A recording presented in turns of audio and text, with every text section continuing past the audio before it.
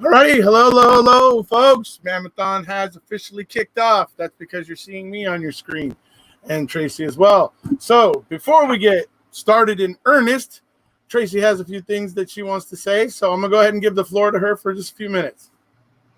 Okay, well, I want to say that. Oh. Hold on, I have the volume on the other one. Hold on, sorry. Oh. Okay. All right. So, okay, first little glitch. There we go. Sorry about that. So first thing I want to do is I just wanted to say welcome to everybody to our second annual MaM-a-Thon. I wish we didn't need it, but unfortunately we do because the guys are still where they shouldn't be, and that's fine with ours. But I want to thank everybody for tuning in, everybody that's involved, and that includes the hosts, the guests, the moderators, the viewers. This wouldn't be successful without everybody. So I just want to say thank you to everyone that's involved in any way, because this is a labor of love for me. And I just want to thank everyone that's even the tiniest part of it, because everybody helps make it successful. Mm-hmm. As far as one big difference this year is obviously we're not doing a straight fundraiser, as in we're not actually collecting the money. And for those of you that don't understand why we're not doing that, it was just because it was a monumental task last year. It ended up being a lot more difficult than it should have been. I wouldn't wish the abuse that I took over it on anybody. So this year we decided that instead of collecting the money ourselves, we are just encouraging people to donate to the guys' canteens. Now, I talked to both Steve and Brendan, and it was their wishes that if you want to donate, you donate to their canteens. You do not have to, obviously, but anybody that wants to, they can. Brendan has also said that he approves any donations that are given to the Center for Wrongful Conviction of Youth. And all of those links, as well as the... that would be the Pritzker School of Law, by the way? What? Would that be the Pritzker School of Law? Yeah, in Northwestern. Yeah, there's a link exactly right to the donate page on the website. Our website is MaM-a-Thon.org. And you can find the schedule there. You can find all the links to all the YouTube channels. And you can find the donation instructions now and the link to Center for Wrongful Conviction of Youth. And now, I would say one more thing before, is that one's a good one for the international crowd, folks, because you can do it online. And so the Pritzker School of Law, numerous people from the UK and Australia have done it online. So I just wanted to point that out. Oh, sorry. Yeah, I was actually just getting to that. If you, that's okay. If you want to donate to the canteens and you're an international donor, my understanding is that you can do it if you get a money order that is in US dollars and you send it via snail mail. Again, on the website, there is a deposit slip that you need to fill out, and all of the instructions are on there. But the most important thing is that it has to be a money order. The deposit slip tells you what all needs to be on there, and it has to be US dollars. But snail mail is the only option. If you want to donate it online, then you're going to have to go to the Center for Wrongful Conviction of Youth. Right. Steve did say that he wouldn't mind if donations went to Kathleen Zellner's Wrongful Conviction Fund, not his defense fund, her Wrongful Conviction Fund. But Steve was supposed to get that information for me. And once they went on lockdown, he does not get the phone as frequently as he would like. And Kathleen has been very difficult to get a hold of, as you can imagine, with everything going on. So we never got that information. So I apologize for that. If we ever do get that information, we will add it to the website for future reference. That's all I can say about that. So hopefully that's clear to everybody on what we're doing as far as donations go. And the last thing I want to mention is that we are dedicating this year's MaM-a-Thon to our really, really good friend Ziggy. I've got my I've got my button on. It's hard to see.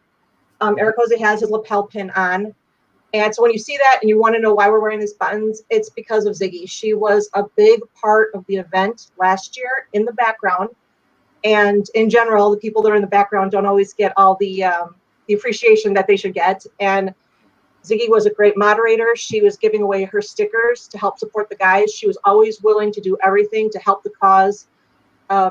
She's seriously missed this year. That's all I can say. Erekose, do you want to add anything else? Because yes, I mean, folks, you remember she was the one that was creating the "We Live on Avery Road" stickers last year. She was giving them away during MaM-a-Thon, like doing little games or whatever, or incentives for donations. And she was, sending people those things. And I love those stickers. I still have them, actually. I mean, to talk about Ziggy here at the beginning a bit. I mean, this is, you know, she sent me this. I mean, I still have this, and I mean, I love Ziggy, folks. She was awesome, and Tracy not understating it. I mean, she was a big part behind the scenes last year, and I mean, she is sorely missed. I loved Ziggy. She was so cool. There's another one she sent me right here. She sent me this before she passed, unfortunately. But this is the type of things she was doing last year, getting those made with her own money, just to create more excitement around MaM-a-Thon and rally and all that sort of stuff. She was just great. I love Ziggy to death, and I can't say enough about her. Yeah, she would have given the shirt off her back, that's for sure. And this cause meant so much to her. And like I said, that, I mean, I saw the sheet from last year that had all the information on it, and as soon as I saw Diggy's name, I just wanted to cry, because, you know, it's so sad. And again, we're gonna miss her. We miss her so much this weekend. Yeah. So that's why we all thought that the best thing we could do was at least try to have some kind of memorial and honor her by wearing this, you know, our buttons, and to make sure that she's not forgotten. If you want to buy any Ziggy merchandise, any of the merchandise that's bought from the Ziggy store, I think Julie actually just put the link in the comments. I think it's also on the website, but all of the merchandise that's bought from the Ziggy store goes to, I believe it's a wildlife. Julie, you're gonna have to tell me. Yeah, wildlife, because that was close to her heart. I can't remember exactly what it is. Yeah. Dogs, and yes, absolutely. She was. Yes, there's some animal charities that huge were animal lover and activists, and yes, right. Huge. And if you also, we have our Zazzle store that has our MaM-a-Thon merchandise. As you can see, I got my T-shirt on right now. I think Erekose has the tie on. There you go. I have the MaM-a-Thon tie on there. You got the tie on. There are mugs. There are a whole bunch of things on that site. Everything can be customized. If there's anything you don't see, Julie can make just about anything you want. I've got my poster in the background that you can't even see because my head's in the way. So all of the stuff that's sold on the Zazzle site for MaM-a-Thon is also given to the guys. Is also going to be donated to the guys' canteens. So I think that's all I have to say. Okay. So thank you again, everybody. I have my wine, and so I am going to leave you, and I'm going to enjoy the rest of tonight, and I will be on at 5 o'clock Central Time tomorrow on my channel. So I will see you all then. Good night. All right. So, folks, all right. So talking about Ziggy and the fact that she'll never be forgotten, folks. You know, she was close to our hearts, and you know, I miss her. I know a lot of people do. There were many true crime communities that she was a big part of, and she is sorely, sorely missed. It is terribly unfortunate. She was taken from us too soon, and but to continue in that thread of those who will not be forgotten, I just want to share with you guys something that was made today by my good friend Sharon Sunshine. It's absolutely brilliant. So right now,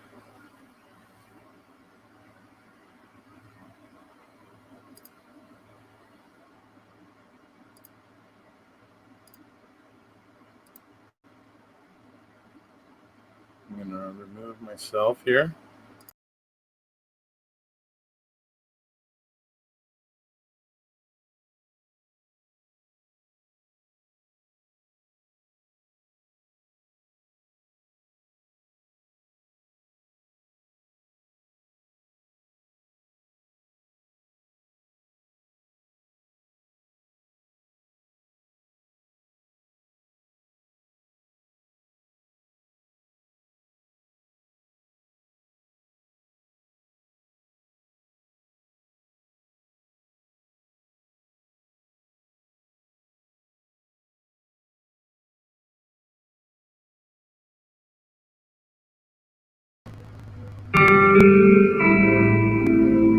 Sorry, folks. I'm going to run that back. I realized you couldn't hear it. Sorry. Little technical glitch. Sorry, folks.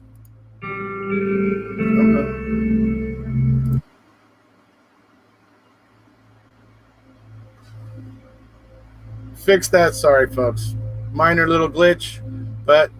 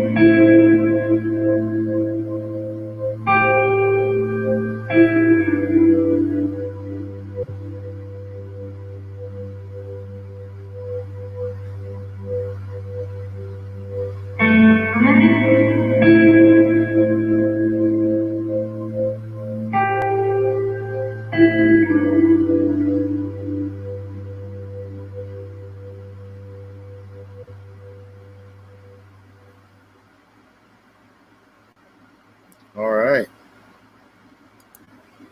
Whoops. All right. So there we go. And now, right now, the next part, that's obviously in memory of Teresa. It was made by Sharon Sunshine. It was just, absolutely brilliant.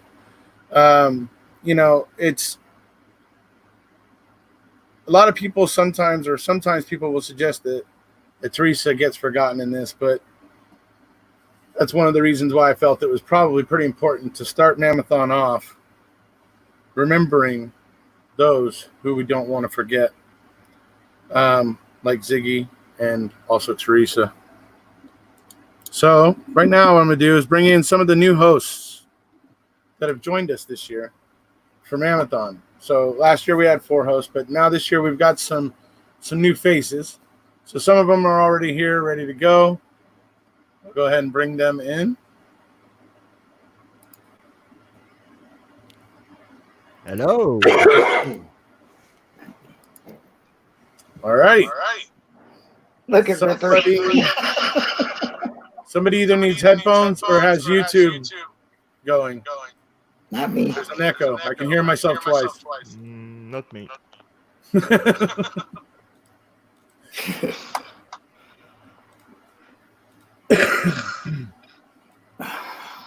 Yeah, look, I brought a crowd. Is somebody all right? No, yeah. Somebody's got their YouTube on. So somebody check your tabs, all your tabs.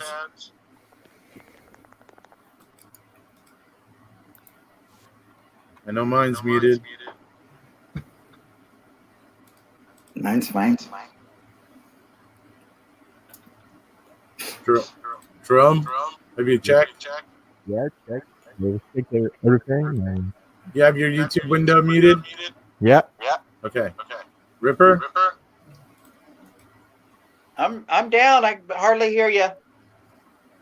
Well, Do you have your YouTube on? do you have your YouTube window open? I don't. No? Nope. Because we're got an echo. I don't have nothing. Linda, when you speak, are you hearing an echo? Okay. Yes. Here's how we're gonna figure that. I don't have nothing open. Okay, though. there. It is Ripper. So let him figure that out. He just muted himself and the problem went away. Okay, so Yeah. that's called troubleshooting, folks. Diagnostics in the field. I still hear it. Oh, now it's happening again. I think it's Jerome. No, it's not me. No. Millbilly, you can't be you and your 50 million monitors and he's got a setup. I don't hear it anymore. Maybe unmute Ripper. Hello. Hello? No, I don't Okay, it's hear not anything. happening now. So No. Okay, stop right again. on. So there we go. Good deal. Millbilly popped back out. Hold on. Oh, maybe it was him. Okay, so all right. There he is. Here we go. 7 years ago. Okay, no echo. All right, here we go. So, folks, these are the new hosts this year that have come on board. We've expanded the lineup. You know, we were 4 hosts last year. This year we're at 9. The lovely Sharon Sunshine, who just made that lovely video about Teresa that you just watched, couldn't join us because she is over in Scotland and they're like sleepy bobos right now. So, you know, she's getting her rest so that she can be here for her segments because she's also a host this year. So that's somebody you're not seeing here. Andrew Whitehead, I was hoping might be able to make this, but he's got a pretty busy weekend, so not too critical there. But Andrew Whitehead is another one of the hosts, folks, this year, new host. And that's because in the last year, or actually 2 years since 2018, when Making a Murderer, the second season came out, there's been more interest and there's more people getting vocal online, as you see the folks that are here on the screen before you right now. So we're going to go ahead and have a little bit of a chat about things and introduce them. So I'm going to go ahead and say one by one. I'm going to let everybody kind of say hi. So, and I'm going to start with Ripper in a second here after I introduce him a bit, because folks, the folks who don't know. I don't know if y'all can hear me, but I can hear y'all. Okay, good. We I can can't hear hear Millbilly, but he can't hear us. So I'm not sure why that is. I can hear him. I hear him as well. So Johnny is actually a big part of why I got involved and got on YouTube and started talking about the cases, because he was encouraging me to do it. He was like, get on and talk about Brendan. Well, I don't know, about 8 or 10 months after I watched the documentary, he was suggesting it to me, and suddenly I tried it and got on and everything. So Johnny's a big part of why I'm here. He's been around since the first Making a Murderer documentary came out. The season 1 came out. So I'm going to go ahead and let him introduce and talk about himself a little bit and what he may have coming up for you here during MaM-a-Thon. Johnny? All right, I'm going to turn the mic on. I'm using my phone because I didn't want to mess up my setup on the computer. Okay. But, I don't know what I have coming up. I'm just kind of winging it. I have beer. Linda said she was going to give me wine if I went on her show. And I don't know what else. No, I've got Mitch at no, I have Michelle at 12:30 from England, Mitch at 1:30. No, it's a little Misty at 12:30, or wait, I don't know. All I know is from 12:30 to 3:30, I'm going to be on, and I got people from Australia, England, Ohio. I got a little dog that wants to be on TV. And then I'll be back on Sunday from 1 to 4 with Adam Brazil, DK Sell. I'm going to have a criminal defense attorney on, Nosy Wren, Trisha Bushnell, and then that lady from CBS 48 Hours. I can't remember her name, but she's going to be on. Yeah, Aaron. Aaron will be on too. So it should be a lot of fun. Oh, what a prankster. All right, thank you for that. All right, I'm going to turn this mic off in case you guys are getting an echo, but I will see you guys at the end of Erekose's show, and then I'll be ready at 12:30. And he won't be echoing, or I won't be anyway. Okay, so Millbilly's back. Let's see if we've got the problems worked out here with Millbilly. Yeah. Hello.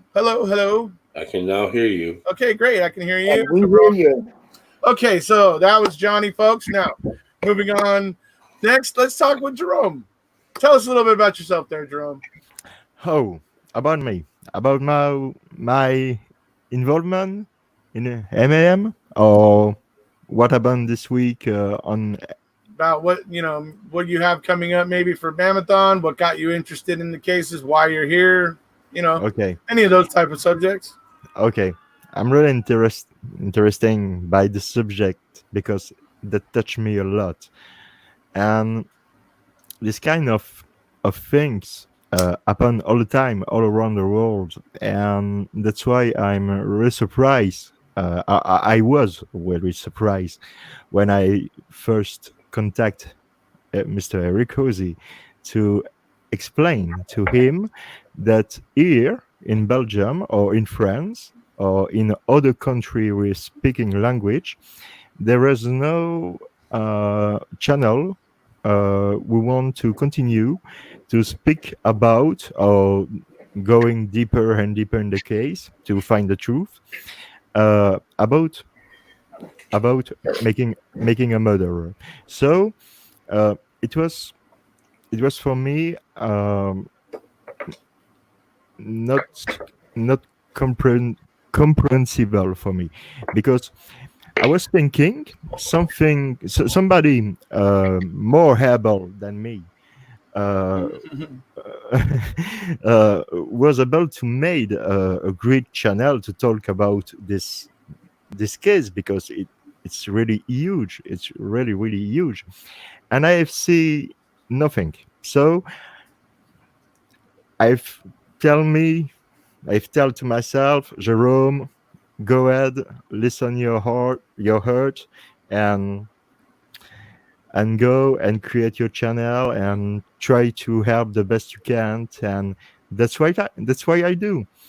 And for I'm really, really, really honored I don't know, Honored, yeah. honored to be present this year, because I'm really, really, really happy to be here to help, and because it's a right cause. And if you want, I would like to introduce my guest. Talk about your guests, sure. Yeah, if you What's want. coming up in your segment? So, on my segment, it's Saturday. Okay, I will receive Mr. Paul Capaldi. I'm sure you know this guy, a little guy who say knee all the time. He's like a little ankle biter that never leaves me alone. Exactly. but I love him. I love him. Oh very yeah, much. me too. He's like a brother. Yeah, I understand. After that, I received Miss Sharon Sunshine. Mm. Yeah, My trusty Ouija. Yeah, my Wimi. And we will talk about. I prefer that keep the subject, subject secret, because there is a lot of interesting subject during my segment. Cool. After Sharon, I will. No, after Sharon, like Dave and Sandra Begokta, I'm not able this year to come to MaM-a-Thon, because it's really, really, really too late for them, and I really understand, and it's a mistake of mine. So we will made after other video with Dave and Sandra on my channel, but I will share with you three of Dave's video about MAM, but also share his own story with us. Three really interesting video, and after some several surprise prompts, like you remember the French wrecking crew, and other surprise. For Sunday, I will start with Mr. TCC Brook. Mm-hmm. After I have Miss Sandra Greenman. And I don't want to say nothing for now, but maybe we have a big surprise for that. But I'm not sure. We are not sure. So okay. After Well, that, things are still developing for all the hosts, folks. I mean, yeah. Okay. Even I might still have a surprise pop up by Sunday. So okay. After that, I will also share with you a free video of Sandra Bokokta's video, because Sandra is really amazing, an amazing person. After I receive Linda K from Linda K listening, and as well several surprise prompts, and about you, Mr. Cozy, dude. I don't know. You decide. You come when you want. Oh, okay. Well, you let me know. I mean, I'll tell you what. We'll play it by ear, but I'll definitely be there at some point. So, all right. Well, thank you for that, Jerome. Oh, thank you. Thank you to you. Now I just gotta go. I just gotta go to Linda first, just because she's playing with her green screen, and she looks like she's in the club or something, but it's in front of the Avery Salvage sign. Hey, so, I gotta bring my peeps. These guys got my back, man. These are great. Look at all them beautiful supporters from last year's rally. Yep. And I got quite a few different pictures I'm going to be putting up because I found the green screen and I love it. I'm telling you, I feel like somebody let me go in a Toys R Us store and said, "Have at it, kiddo." So, yep, I'm sure some of these people are out there. Hi. But they're all wonderful people, and I, as we all know, am for the supporters and the researchers, and that's what my channel is all about. So these people are always going to be in my heart, and I cannot wait to have some of the guests I have. I'm really honored. I got some great researchers, Redditors. I have J-Jax. The schedule has changed a little. I'm kind of, one person's going one place and the other person's going to the other place because there was a screw up. And when you're dealing with people from another country, it's okay. I haven't done so. Subscribe. Yeah, subscribe. It's a little soon for that. Yeah. But no, for Linda. I got J-Jax and I got Jinxie and I got O-Dog and I got Henberry. And of course, One Strand will be with me somewhere on the line because she's my partner in crime. And Ripper might peek in, and I got maybe some girls might peek in a little bit. And I got a couple other surprises I'm going to be doing like every 45 minutes or so for some supporters.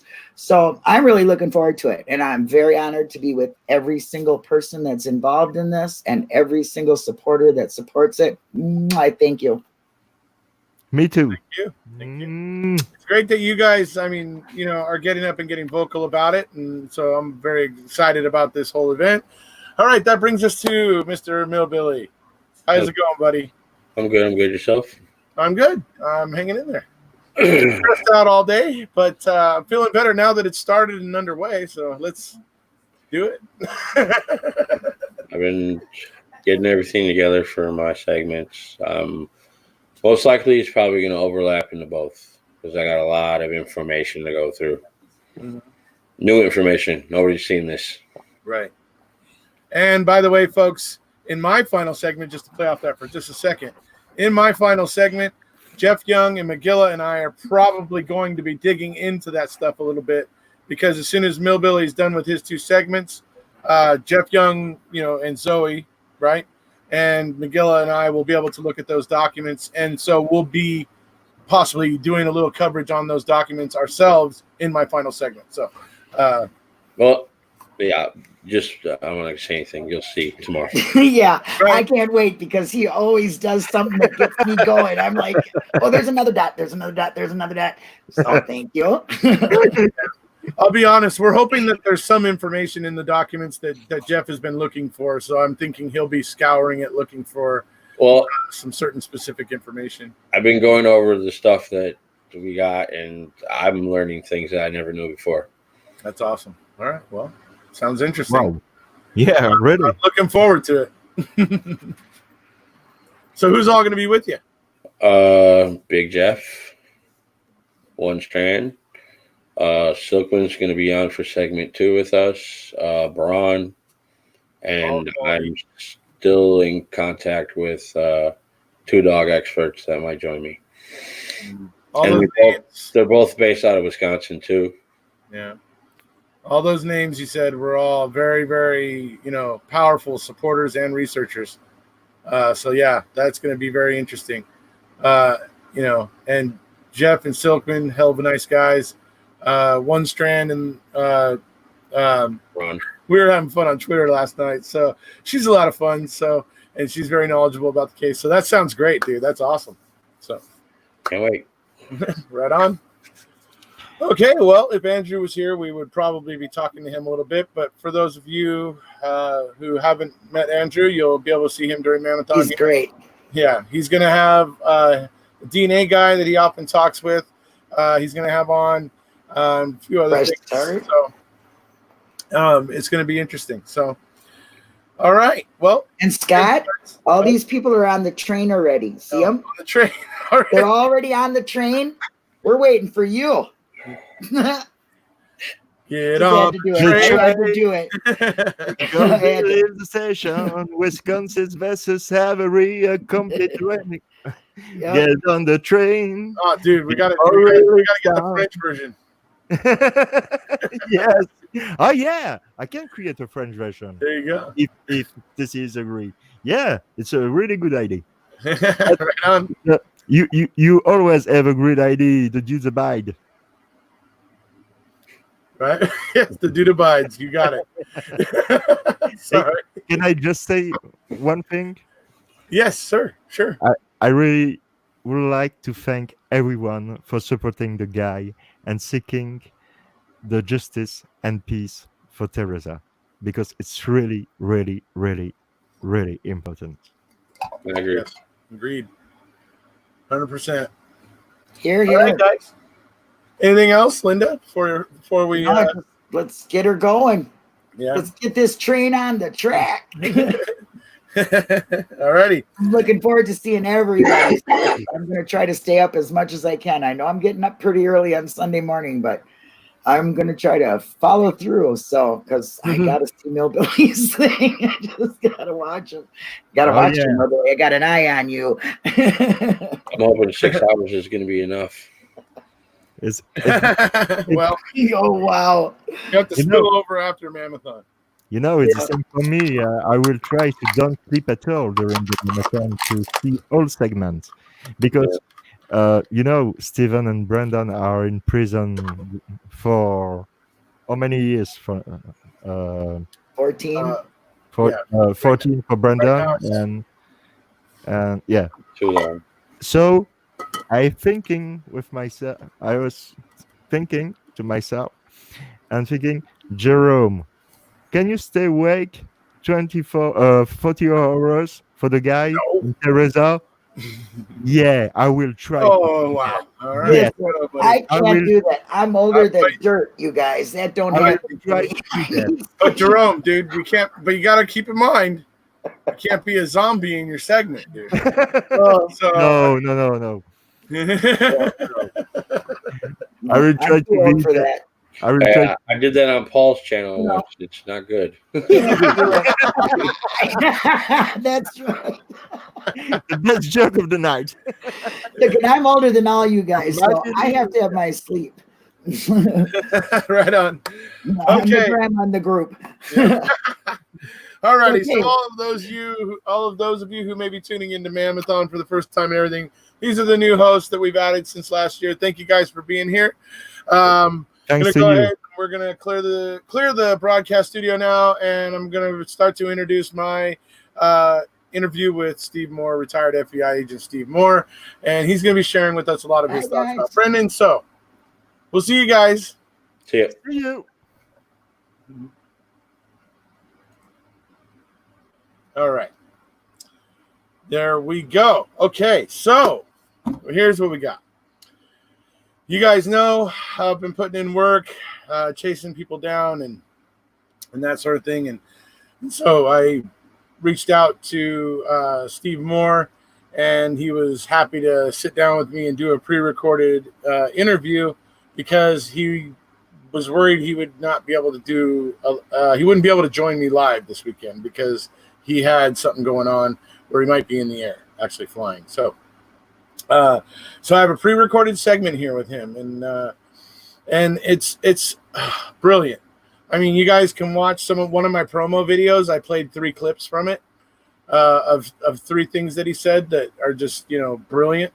So, all right, I'm gonna be talking with retired FBI agent Steve Moore. You guys will know him because he's from the other video here on my channel that I did with him a while back. It's like at 44,000 views and that sort of stuff. I will tell you guys that the audio quality on this one is right. All right. So this time, I love it. He wasn't wearing a shirt and tie. He actually, I swear, he just reminded me it was like if I was talking to Jimmy Buffett. He had on, it was just like casual, anyways, great guy. I love Steve. Lots of brilliant things to say. And it's just, and so here I am. I'm going to share this with you guys. I'm pretty sure I'm going to be taking clips of this interview and tweeting them at Governor Evers and continuing to just advocate for Brendan in the strongest ways possible. So I had a few questions for Steve to get his kind of opinion as an investigator regarding Brendan, and one question that kind of dips into Stephen as well, but mostly Brendan. So without much further ado here,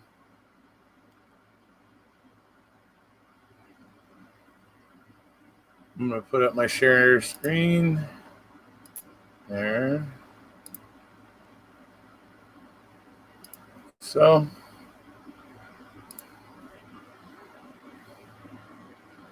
okay.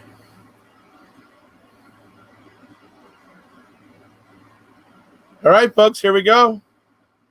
And go.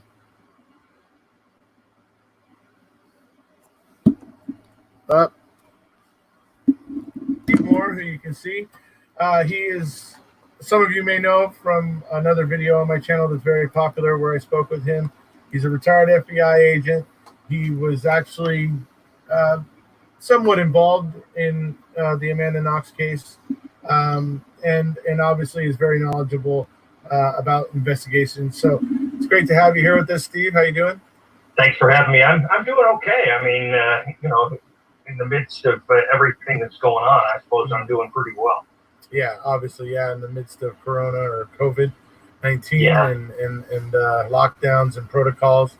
But hey, I think, I don't know what you think, but me personally, I think it looks like mask wearing may be a way that we'll be able to really keep this thing from getting out of control. And so feeling pretty hopeful about that. Well, I'm feeling hopeful. I'm just not a medical guy. I'll just, if they tell me to wear a mask, I'm wearing a mask. Yeah, I get it. I base it on what I see about the curves coming out of countries like, Taiwan, South Korea, and Japan, who are like natural mask wearing cultures, and just seeing that their curve kind of naturally flattens, and it's like 1 + 1 = 2 kind of thing. But it would be nice if that'll work for us. Hopefully, yes, absolutely. So obviously, yes, we are living in this time during MaM-a-Thon of COVID-19. So everybody do be safe, and that's obviously another reason why this is good, that this is an online streaming event, because none of us have to be in the same room with each other, potentially passing this ugly thing to each other. So that's another good thing about the streaming events like this one, where people can get together to show their support for maybe not just Stephen and Brendan here at MaM-a-Thon, but if you care about other things, whatever it is you're passionate about, animals, wildlife, there's all kinds of things people care about. So obviously, all right, so here we are with Steve Moore, and I got some questions for him because obviously, folks, me, I am pounding and pounding and pounding on the Brendan nail, and I will not stop. I'm going to just keep going at it. And we all know Brendan's in a position right now where Governor Evers could rectify this whole thing. He could at least let Brendan go.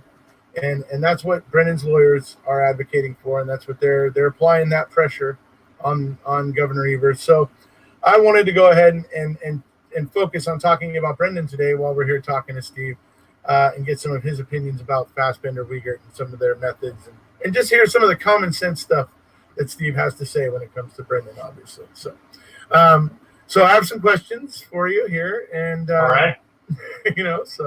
All right.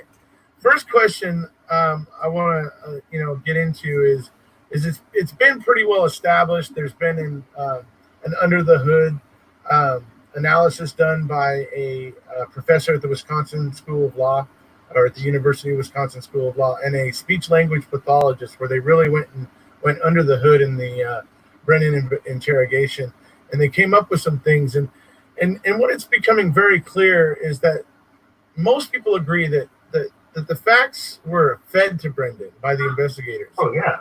And with some things coming from the media, obviously, because he and his family were watching the media because they were in it every night. So certainly he was being able to pick up some things from the media to help fill in between the gaps between what he was being fed, right? So it's pretty well established, right? I wanted to ask you if you can explain or just give us a brief, example possibly or something of why it's so important not to be feeding your suspect facts. At least certainly not in the gross amount of facts that are being fed to Brendan. Well, it's in a perfect world, in a real courtroom, especially a federal courtroom, there's a thing called culpable knowledge. Culpable knowledge is something that only the person who did the crime would know, except possibly for the investigators. Say the person wrote something in the room, maybe wrote something on a wall, and the police or the FBI or whoever it is, they're the only ones who know what was written on the wall. Right. So if you get somebody who comes in and says, I shouldn't have written blah, blah, blah on the wall, or worst case for them is, yeah, I heard whoever it did wrote so on the wall. Then here's somebody who knows it. If in trial they can prove that you told this person what was on the wall or gave them the information, then it's no longer culpable knowledge. Right. And it's more important. It should be more important than do I get a conviction or not. As a law enforcement investigator, I was always terrified of getting the wrong person, of getting onto the wrong person, because if I put somebody in jail, I'm responsible for quite a bit of that. And, a lot of people don't curtailing understand. their freedom and sure, yeah, that's a heavy weight to consider, yeah. Listen, there are people whose cases I worked on who will be there for longer than I live, if they live longer than that. Right. And I can tell you a funny thing that happened to me, and I can remember the first time the judge, the jury read off guilty, and the judge pronounced sentence. I went cold inside because I realized, oh my gosh, this is what I've been working for. This is what I fought to get, and now it's done. And then that thought, did you get it right?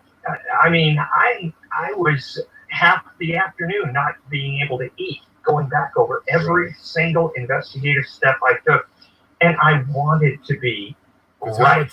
Because of how much is in the scales, right? You're taking away a person's life or parts of it. Right. And if an investigator doesn't feel just a twinge of that at the end of an investigation, I don't think they understand the gravity of what they're doing. Yeah, I agree.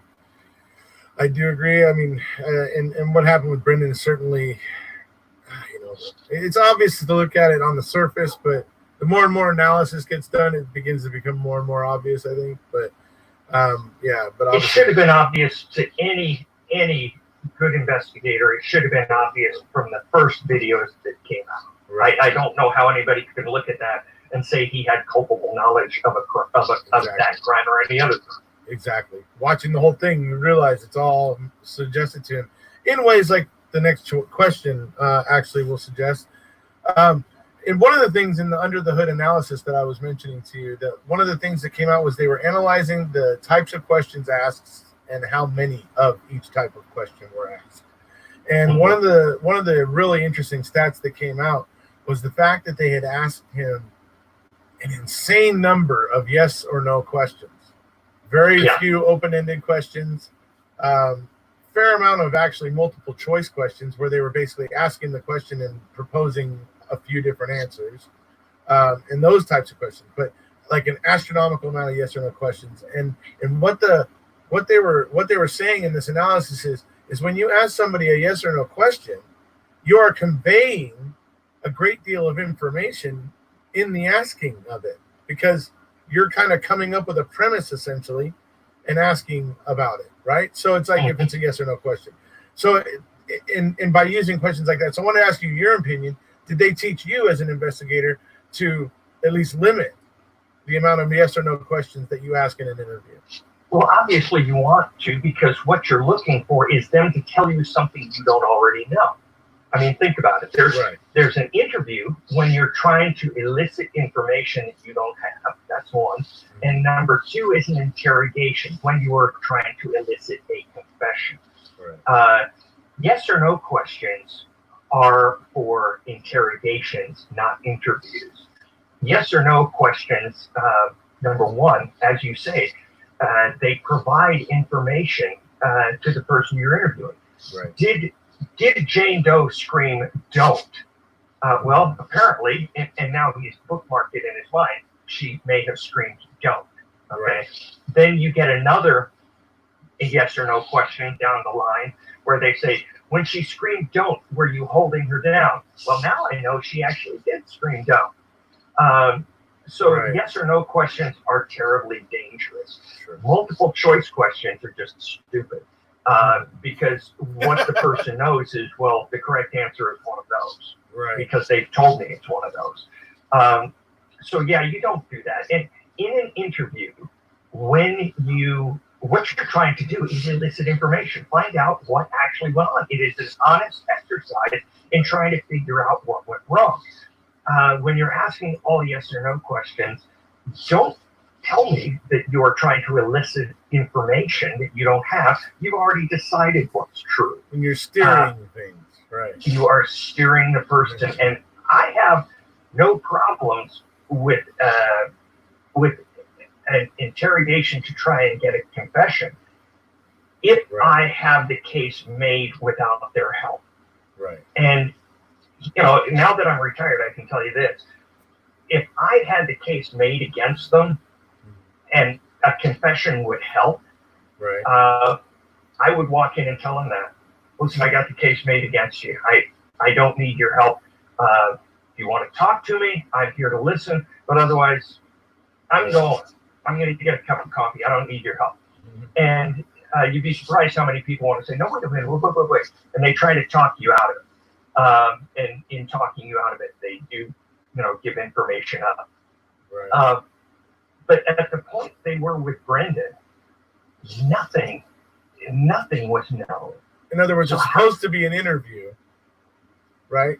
Yes. And how can you interrogate somebody for a crime that you don't know the facts of? Right. How can you want them to confess to something? I mean, yes, in an interview, you would like a guilty person to tell you that they did it and go forward from there. But you are still trying to elicit whether or not they did it. You don't come in deciding that they did. There's a different approach for an interrogation than there is for an interview. Absolutely. Yeah, I can suspect somebody has done it, but I can tell you there have been several times in my career where I have suspected somebody's done something, brought them in for an interview, and realized, hey, Steve, you may be wrong here.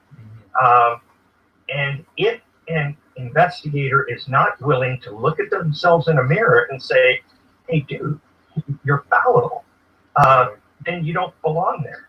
Yeah, right. It's good to be conscientious. I agree with that. So it helps you sleep at night. You would say then that it's pretty lame to hear Wiegert and Fassbender saying that they were ever interviewing Brendan, because it was. Would you say that, in your opinion, that they were all interrogations, that there was never really any interviewing going on? I think maybe the first few times there were interviews, but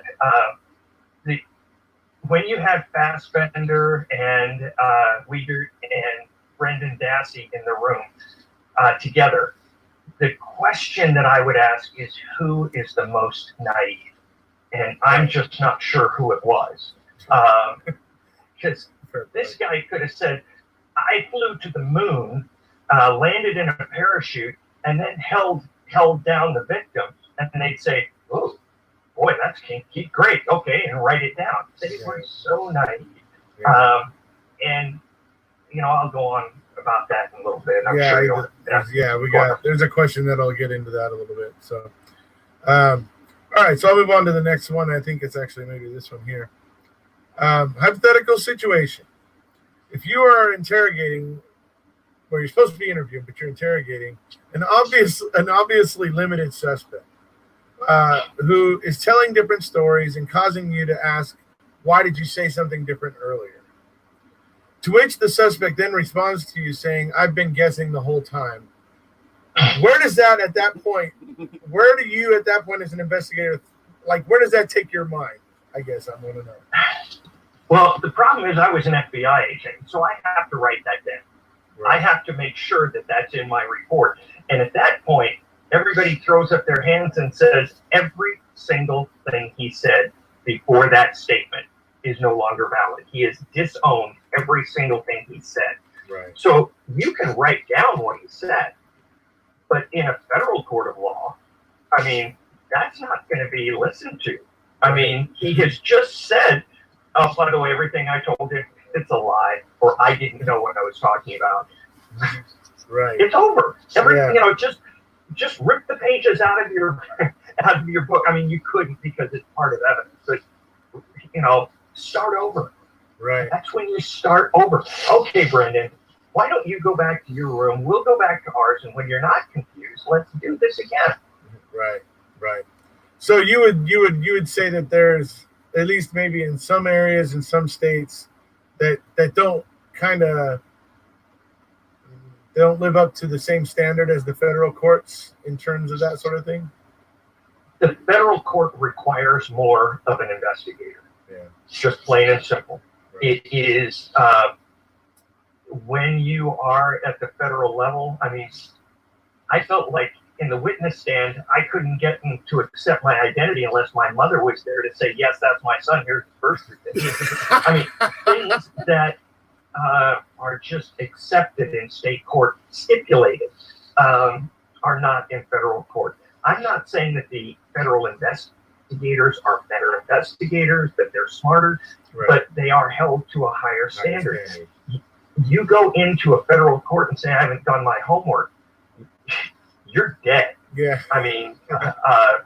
They will put sanctions on you. They won't just say, oh, let's see, should I make you do it or whatever? No, you can get sanctioned. Wow. And so let me just say it this way. It's the strictest teacher in the school. Right. I can imagine.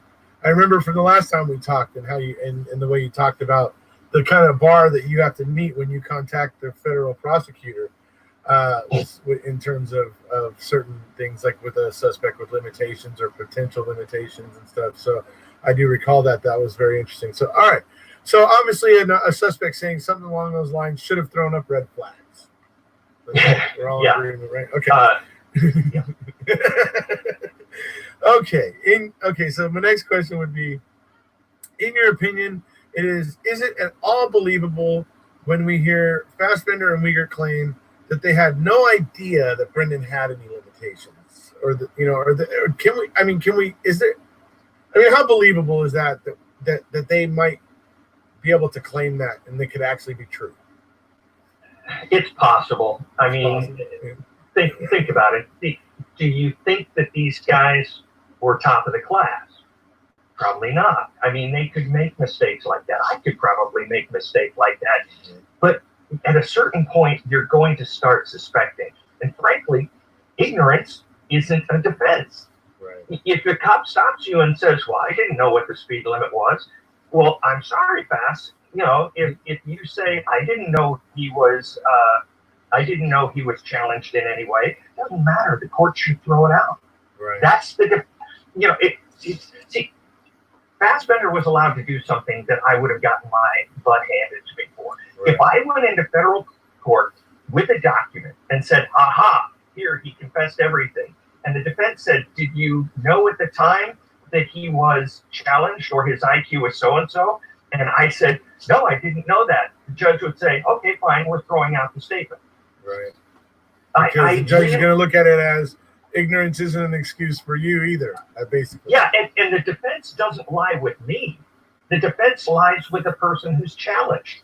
I don't have any right to put something in there that they are defended from producing. I mean, they have a right not to give that information, and if they do, the court has an obligation to determine the validity of any statement like that made. And I may have said this before, but I don't blame the police, law enforcement, sheriffs in this jurisdiction for this as much as I blame the courts that allowed it.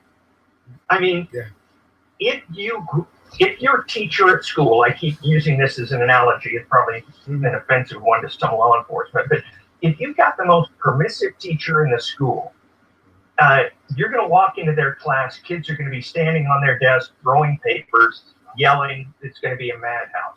Go into the room where you got the strictest teacher, kids are going to be learning, and it's going to be quiet.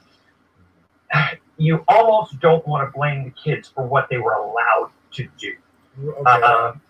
I blame the court system for what they looked at and said, oh yeah, fine with me. And said this is okay, right. Yeah, no, that's not fine. Right. That's not okay. Well, that's another change I hope to see, that the courts are going to start recognizing, with hopefully particularly with juveniles, how serious this is. So that's another hope of mine. So I'm glad you touched on that. Yeah. All right. So let's see here. In your opinion, as an experienced investigator, what do you feel are the two biggest mistakes made by Wiegert and Fassbender with Brendan and or Stephen? First of all, I didn't want to insinuate earlier that they're not intelligent or I came across as harsh. What I'm believing is that they don't have a lot of experience in this type of crime. Sure. and botched it badly. I'm sure they're great people. I'm sure they're very intelligent and have good records and other things. I'm not sure, but I mean, it's very possible. Understood.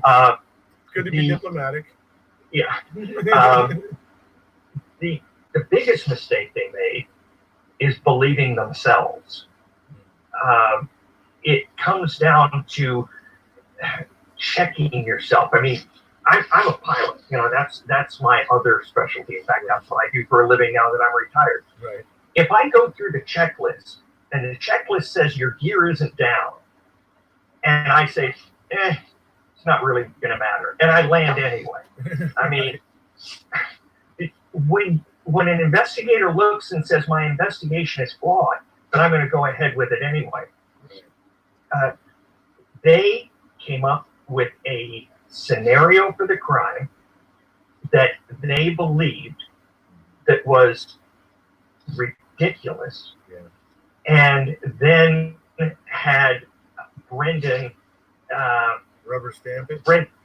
Rubber stamp it. Some of it, I'm sure he said some things that he made up, and they said, "Ooh, that's even better than what I was thinking." And they added it, and this reminds me of the Chris Tapp case in Idaho Falls so much. But they added it, and they came up with a thing that they decided they were going to believe, and they were going to go to the grave with this thing. Right. And that's their biggest mistake. The second biggest mistake is failing to do what is absolutely required of a law enforcement officer anytime there's a confession: corroborate it. If you cannot corroborate a confession, it didn't exist. It's a good story, as you put it last time. I like that. Yeah, way. Great story. I'd stick with it. But it didn't happen. Right. And if a guy said in an interrogation that, yeah, right before the murder, I went over to Sleepy Joe's and had a drink. And I go to Sleepy Joe's and they say he hasn't been in here for months. Right. Well, maybe that doesn't have to do with murder, but all of a sudden my confession is looking pretty bad. Right. And I spent, I probably told you last time, on one case, I spent over a year corroborating the confession of a guy who shot, a dozen people. No, right. And this is one murder case, and they've got a guy saying things that are demonstrably false. Right. His description of the murder is exactly the way it never happened. Right. So that's important. Yeah. Your confession sucks. It will not hold water unless you're in somebody's court who's very permissive and who also apparently has come to a conclusion in the case prior to trial. Right. Yeah, absolutely. So I mean that's an interesting aspect of it. It's I think we're going to touch on it in one of my questions coming up. In fact, this one right here.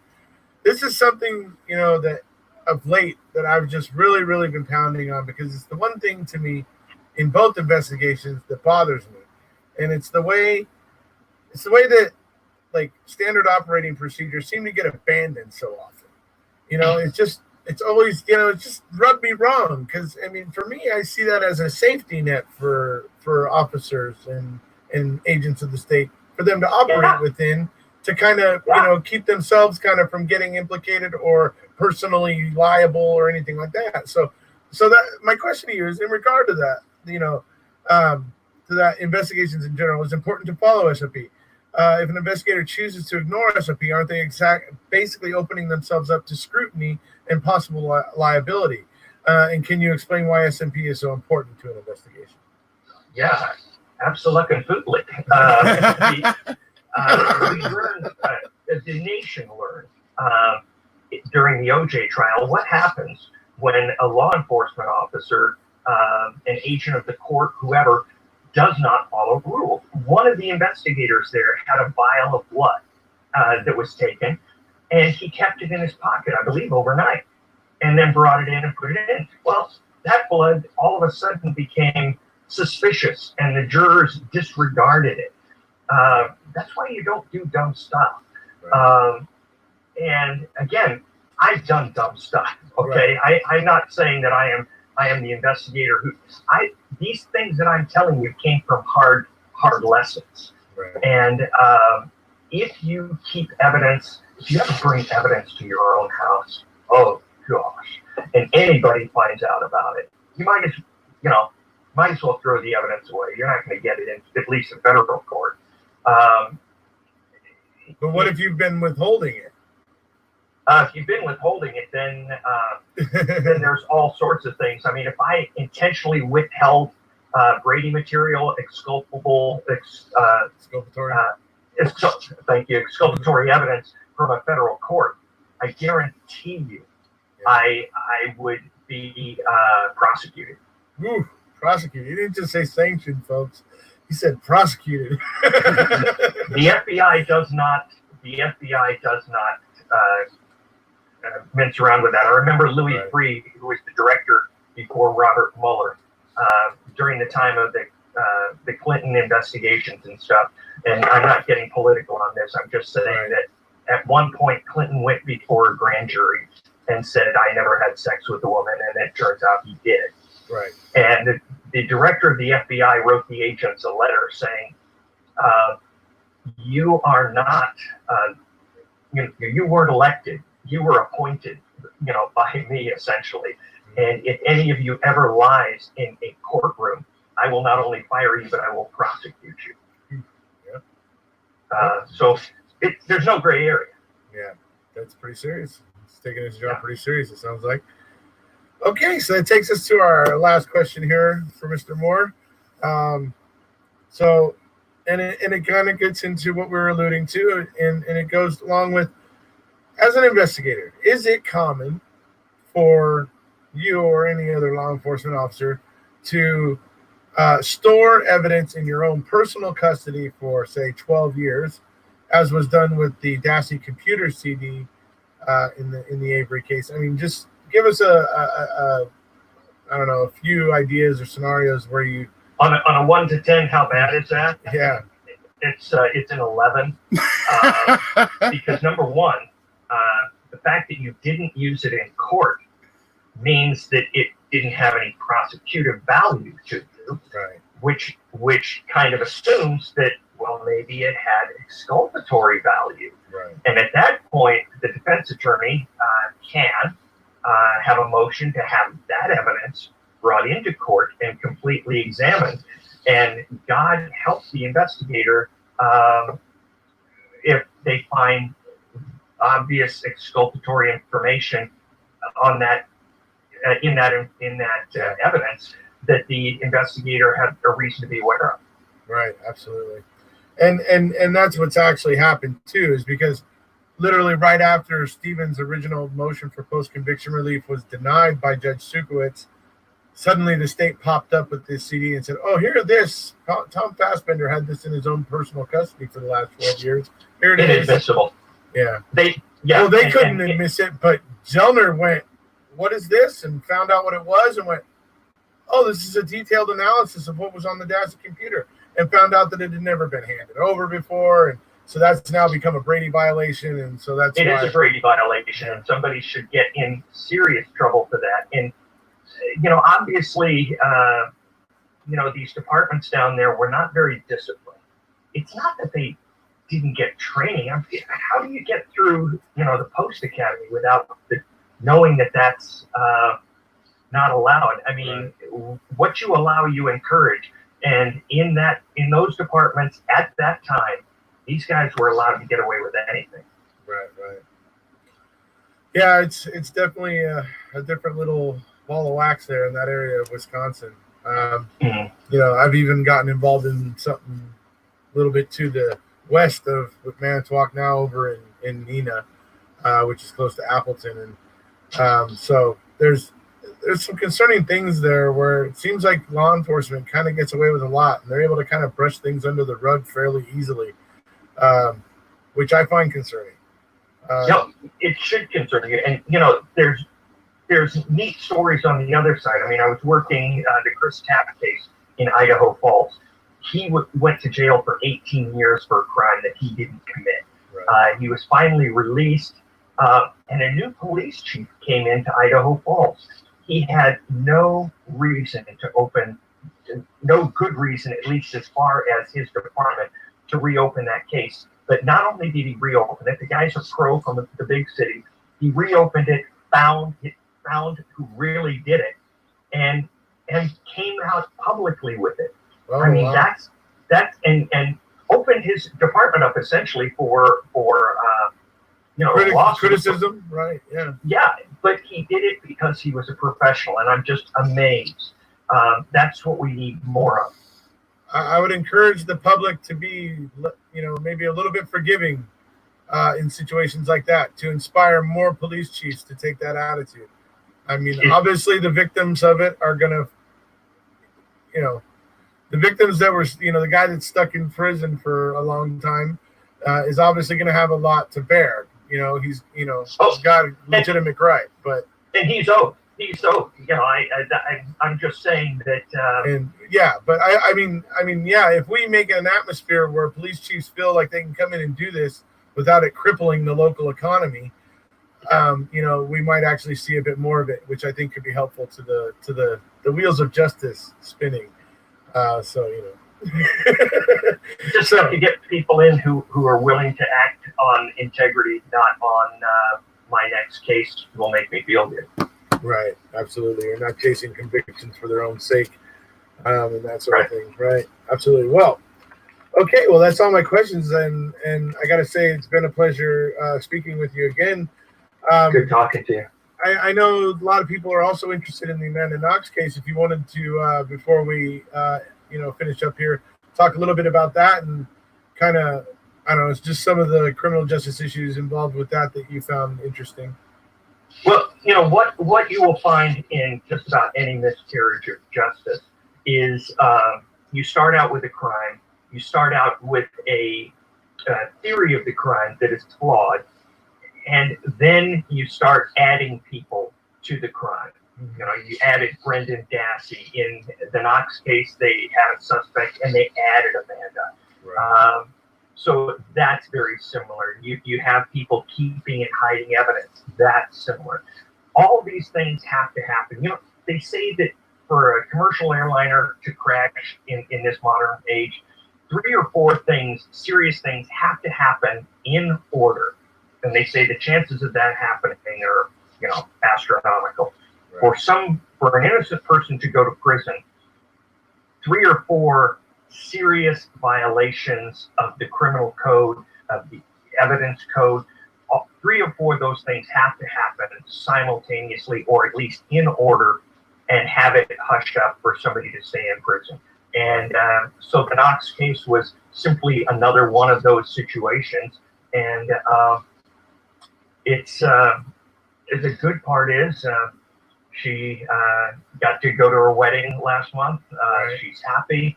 And that's one where it's worked out positively. And I couldn't be happier. Perhaps you could put in a good word for me, and I can try to send her an email and see if she wants to come on for MaM-a-Thon. I'll see what I can do. She's very much involved now. She's using her experience to help the wrongfully convicted. I noticed I've been seeing her on Twitter and stuff. I've been seeing her get pretty vocal, so that's why I figured it might be worth a shot. So. She's got a podcast about innocence and things like that, right. Crimes like that. You can check it out. Yeah. Okay, yeah, I'll have to look that one up. I think I did hear about it too. So. Yeah, I'm not going to give you the name of it. I don't want to sound like a shill. That's all right. I'll be able to find it. Not too many Amanda Knoxes out there that come up in a Google search. So. No, not a lot. All righty. Well, like I said, it's been a pleasure, Steve, having you here for MaM-a-Thon. And everybody out there, we're going to be now moving on to the next segment. Thank you very much, Steve. Keep fighting for Brendan. You guys are the only thing that are going to get him out. Yep. Hashtag I stand with Brendan Dassey. See you later. See you later. All righty, folks. So that was my interview with Steve Moore. And, oh, man, I thoroughly enjoyed it. I love talking to Steve. So I do look forward to potentially talking to him again in the future. So, yeah. So a lot of things he said there that were interesting. I mean, so many. His opinion on the CD I thought was very interesting. The analogies he makes about the naivety of Wiegert and Fassbender, where he's saying, who's the most naive one in that room? Right?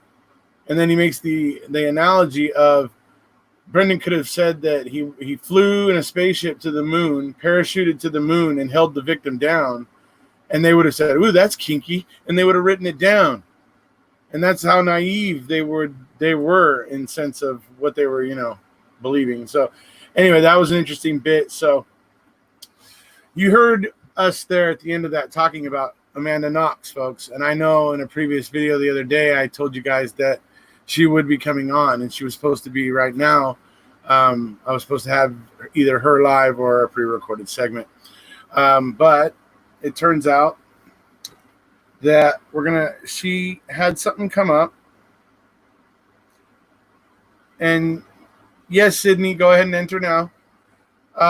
She had something come up, and she didn't feel like she was in the right place today to be able to do an interview. I imagine it was something personal in her life, and so I respected that and told her, hey, I understand, I'd like to message you in a week or two and reschedule, and I'm sorry to hear that, you had something bad happen, essentially. And to which she came back with a very apologetic response and everything. So I'm fairly confident we'll be talking to Amanda Knox here in the near future on my channel. Just unfortunately, she couldn't make it here for MaM-a-Thon today. So that's where we're at. So obviously some brilliant stuff there from Steve more. As I said before, I love talking to Steve. He just talks a lot of good sense, and makes a lot of sense in talking about investigations. So what I have lined up here before we get to Dr. Silkman is we're going to be talking to a young lady named Sydney, who is backstage now. So I'll go ahead and add her to the stream. Hello, Sydney. Hello. Hi, how are you? Not too bad. How are you? I'm good.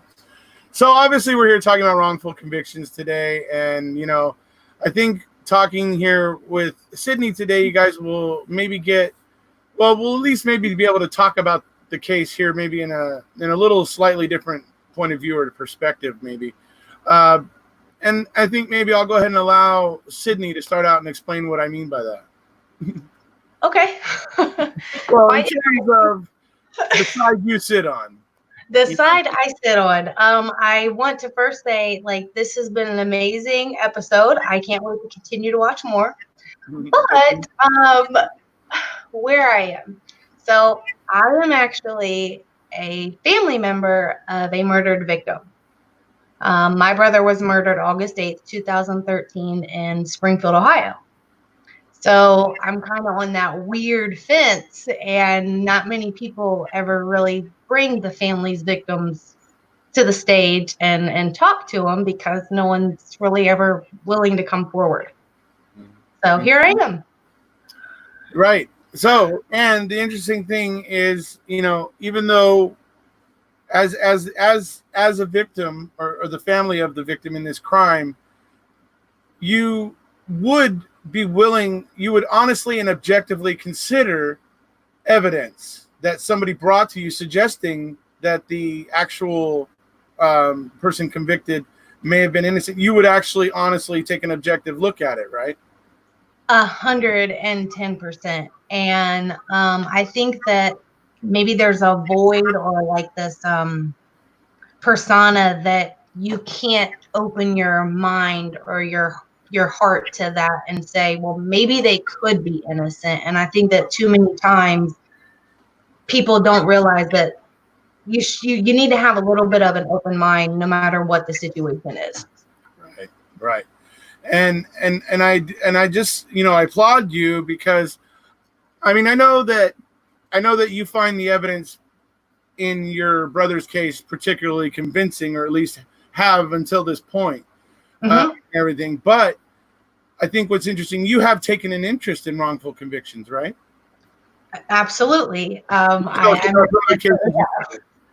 What's that? I said, why don't you tell us about some of the cases you follow? People recognize them, I think. It was quite interesting. So since July of 2019, there have been some things that have happened and changed within my life. And it was September.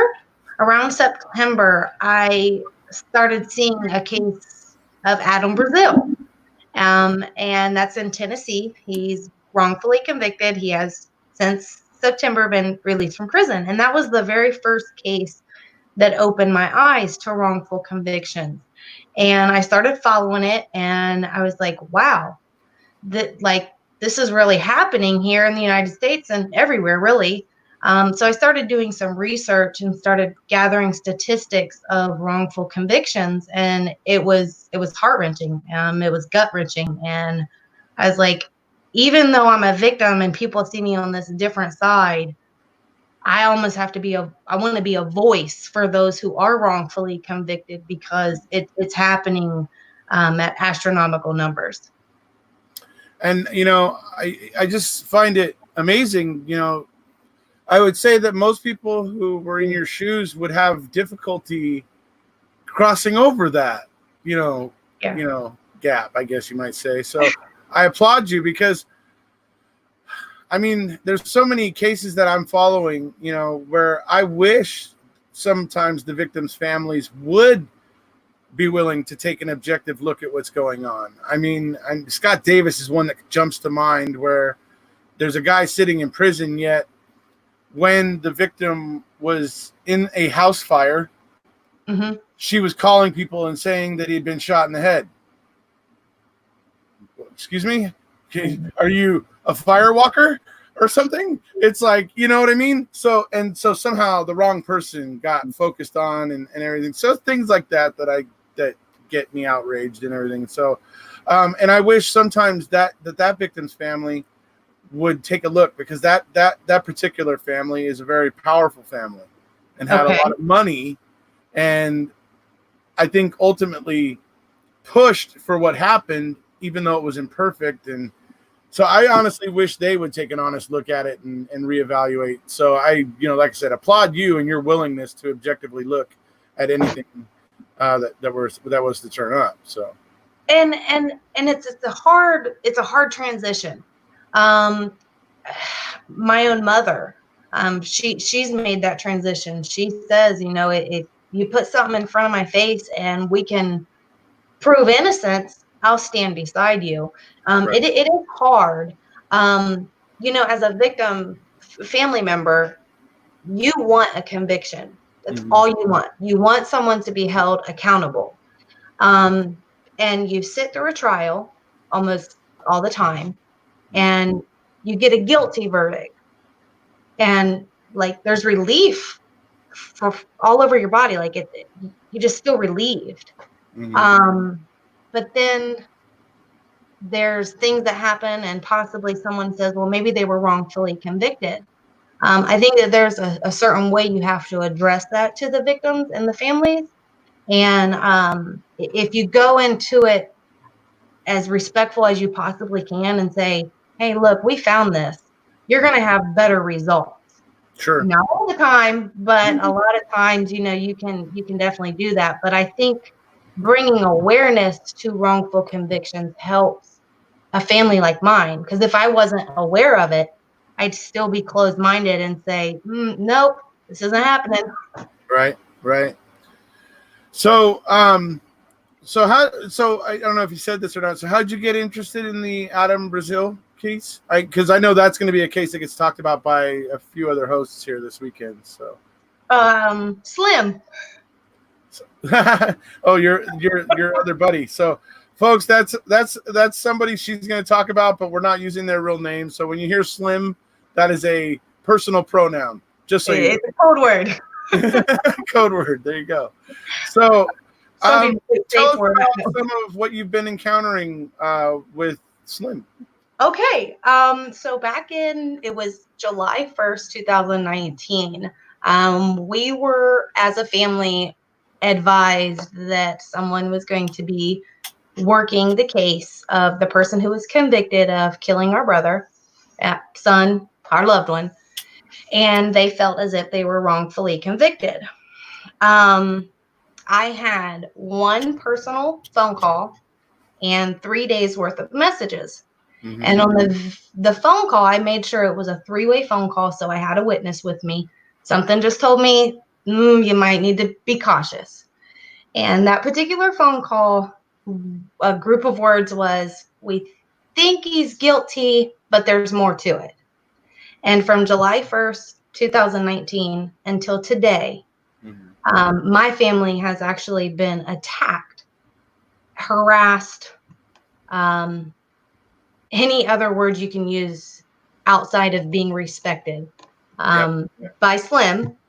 And not my brother has been as well. And we have been on a side of someone attempting to work a case, but not doing it with any kind of morals, respect, dignity, or ethics. So that's how it was. That's how it started for me. And then through that process, Slim actually shared Adam Brazil and his case.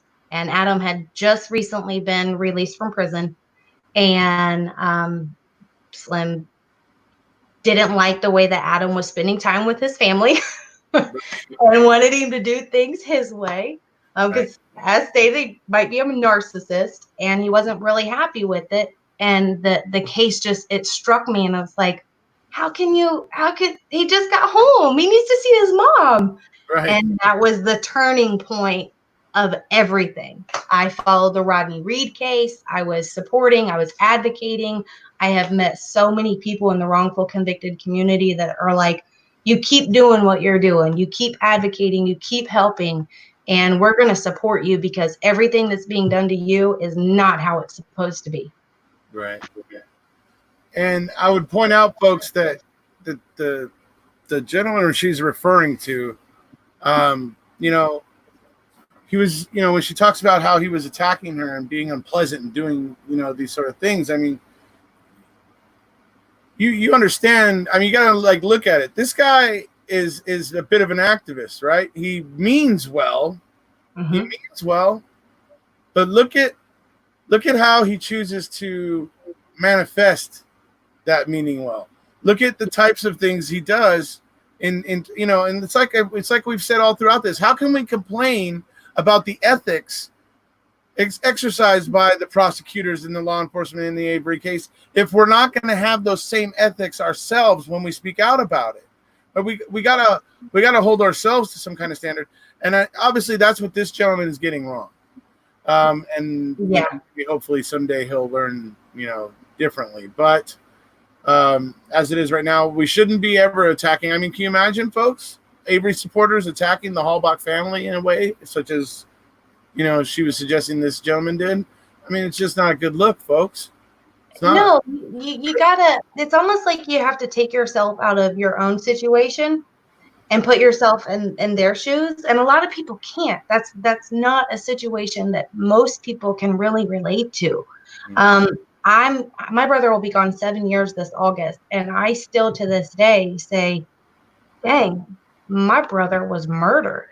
Right. You don't sit at a round table at the you know, the cafe shop and say, oh, my brother was murdered.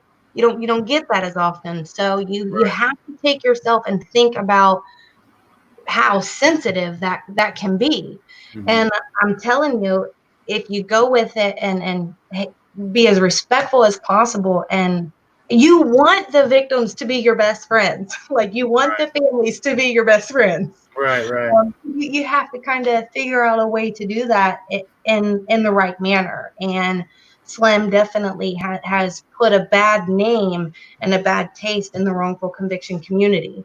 It definitely sucks, but he nor anyone else can bring us down. We're a growing army in numbers by the day. So I can't thank them enough. Yeah, absolutely. Somebody says, I agree. It's hard to talk murder over a coffee shop. I can't even look at the comments. Oh, you can't? Oh. I mean, I can. I've got it here, but I'm too focused on you. Like, I'm still sweating. No, it's getting a little hot here, too. It was actually cooler before the sun went down. I don't know how that happened. But anyway. Oh, interesting. But anyway, so yeah, I would say, folks, remember, keep it classy. This gentleman, I guess, I you know, judging from what I'm hearing today, this gentleman is obviously, you know, epitomizes everything that I've been talking about. We don't want to be. Keep it classy, folks. You know, you don't attack, you know, the Colburns in this case, and the Kratz and the Fallons and everybody. Don't attack them with threats and stupid vulgarities and everything. All you need is the facts. The facts are enough. You hit them with the facts and watch them scramble. That's the best thing to do. And then that way you're not being a big old jerk. You're just saying, you're just putting the truth in their face and watching them squirm. And that's, you know, that should be enough reward in and of itself in a lot of ways. I mean, that's why they're all shutting up. It's why they're all clammed up, folks. They know it's there for us to find. They're just hoping they're just hoping something will happen. A miracle will happen, and they will somehow, this will all just dissipate magically. I think that's fairy tale-esque. Well. Yeah. Fairy tale-esque, I think. But yeah, definitely. But no, I think that's what they hope, though. They're just going to shut up and hope that they don't have to answer for all this crap. But you know, when you have determined and passion inside of you, it's not going anywhere. And I've got determination and passion like nobody's business. So like great teams can form when you find the right determination. Right. Yeah. And I personally, like, I want families. Like I said, not a lot of people are aware of wrongful convictions. They don't know the numbers, hundreds of thousands. if not more.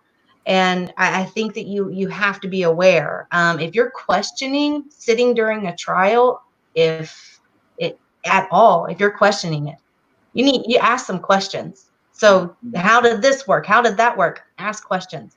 I think that we live in a world that we think that the prosecution and the attorneys and the judges just know it all. If you're questioning it, then something needs to be addressed. Yeah. It's true. And I think that's an important thing. I think being that first off, I understand what a difficult experience it is for the families of a victim in a murder case, or particularly heinous ones at that.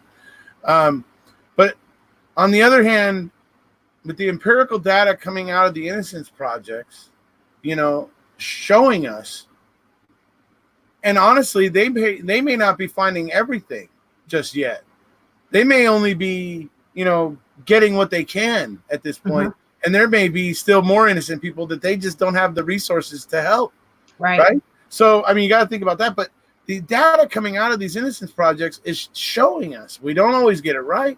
And it's also showing us what it is, the things that we continuously do that tend to contribute to us getting it wrong. These things are there, and hopefully our system is going to start looking at that. And with more Kathleen Zellners and various other post-conviction attorneys that are going to probably be emerging over the next 5 to 10 years after making a murder and discovering, lawyers like Zellner, we're going to probably see a lot more. It's going to get interesting, and hopefully we are going to get a bit of a fight back in the justice system where it becomes about the presumption of innocence again and how important that presumption is, because the courts have gotten to the point where they have an attitude of just letting the prosecution run roughshod, and that's just not right. Not at all. And I think that I was doing some research and was following a documentary of some sort. They would much rather have a plea than to sit through trial and provide all the actual information. They love a plea deal. Right. So how well do you know the Avery Dassey cases? I am the one that got all of my family to watch the first one. Right. I just have this helping aspect of my life. That's probably why I'm here on this earth. My purpose is to help people. And it intrigued me then. And here I am now. And it's like, okay, you're going to keep doing this. You're going to keep speaking on it. And so I was very familiar with the first one. I've had 2 children since then. So I kind of went downhill a little. There was a bit of a gap in between. So, yeah. But after today, speaking with you and following this, I love your YouTube. This is amazing. I'm sending all my family and friends messages. You guys start watching this. But if you believe that there's wrongful conviction cases, if you watch the first episode, you know that there was faulties with the whole thing. You know it. You saw it. It was right in front of your faces. Yeah. So why not continue to follow that and see how this plays out? Right. So Michelle Moore is asking, if you can if you have a take on the Hall box and where you kind of maybe feel they're at, possibly. I don't know. Obviously, you're not God, and you're not a mind reader, but educated guess maybe. If I have to be politically correct, professional, yeah. I think that there's a shield, and that you have to break that down. Yeah. And if you don't, then you just sit back and watch the deck of cards be played, because you're in a lose-lose situation. You have to be open-minded. They have to switch places too. They have to switch places like you would switch places with me. They have to switch places with the person sitting in prison. Right. How would you feel if it was your loved one? Right. Yeah, absolutely. If that is any clarity. Yeah, I know, but I understand. I mean, I understand the hall box pain, and certainly I am. This is in no way criticizing the hall box. Yeah. Anybody out there viewing, but there is a lot of pain. You would think after the state essentially admits in a court filing that in order to avoid getting in trouble in the Avery case, they actually wrote that they didn't violate statute because the bones they gave back to the family weren't Teresa. They were like animal bones. I mean, you have to. As the victim's family at that point, would be going, what the what? Watch the algorithms. Yeah. If you tell me that I have animal bones, then where in the hell is my loved one's bones? Right. Simple as that. Yeah. But you have to question everything that you've ever been told when you get some information like that. Yeah. If you told me that they had a video of an actual person killing my brother and you want to show it to me, where do you want to meet? What kind of coffee do you want? Let's go sit down. Right. Like I think that I don't know, that's so tricky because I mean, I am a loved one. I am a victim. My mom, I talked to her today. Her only son was murdered and she has told the mother of the man that was presumably guilty. He was found guilty. Mm-hmm. I'm sorry. I'm sorry that this has happened to you. I feel your pain just as well. But if you are trying to seek his innocence, I'll stand with you. I'll walk him out of prison with you. But the person you have helping you is not the one. She's just trying to educate and help. And I think way too often people are too naive. They don't want to see it. It's the truth. Pick up Google, pick up a book and read. It's there. It's in the open. Like people are being wrongfully convicted every day. So Travis makes a good point there, folks. The Innocence Files, the series there, when he said that right now, I was actually thinking about it going, yeah, they actually did get a lot of victims' families to make a comment in the Innocence Files, which made it even more compelling. So just wanted to point that out there. I love that. I love that comment. And I don't know if did you follow the Rodney Reed case? I didn't. Well, I think I remember hearing about it. Was he on death row and he was like... We talked about it earlier. I couldn't remember. Dazed. Well, no, but I think, was he dazed? He was dazed from being executed? Yes. Right? And it was almost like the judge wasn't going to grant it and there was a big uproar. And then they went on Dr. Phil. Right. So that particular case, the victim's family stands with Rodney Reed. Right. Oh, okay. Stands with him. So there are some cases, probably not as many, where they're standing with the accused and saying, "You guys got this wrong," and in this case, making murder, you got Stephen and you've got Brendan, and put your guard down. I know that you wanted a conviction. I know you want someone to be held accountable, but if the wrong person is being held accountable, that's going to weigh on your conscience. You have to sleep with that at night. Right.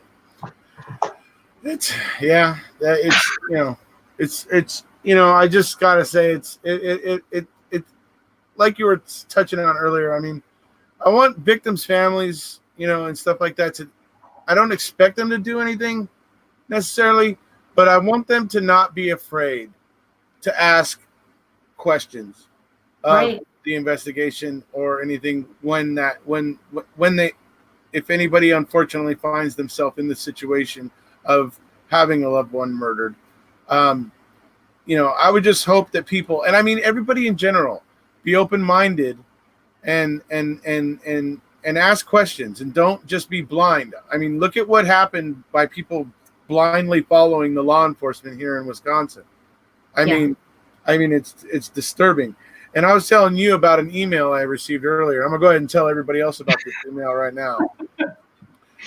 I received an email from somebody we all know, very somewhat popular guilter, somebody you see comment here on my channel fairly often. I'm not going to say the name because, well, that's just me keeping it classy. But anyway, this particular person sent me an email, and the email was essentially basically telling me, yeah, they wrongly convicted Avery. He got released. Yeah, the investigation with Teresa Halbach, the Teresa Halbach investigation was bad and flawed and whatever. Yeah, Zellner's got the money and the clout and the ability to get Stephen's conviction overturned, and the real killers, Bobby and Scott, potentially in this person's mind. This is, like I said, a guilter commenting to me, folks. This is somebody who believes, has been arguing with me for a very long time, and suddenly sent me this email, and they're telling me what they honestly think. And then they ask me this: when Zellner gets Avery out, that means nobody will be held to account for Teresa Halbach's death and murder. And do I feel that is justice? And this is the way they phrased the email to me. So I immediately answered it saying, because they were also including the fact that the locals there, the people in the area, and what a strain it will be on them when it eventually gets all unwoven here. And so my heart goes out to this person. I honestly, even though this person doesn't agree with me, I do actually like this person.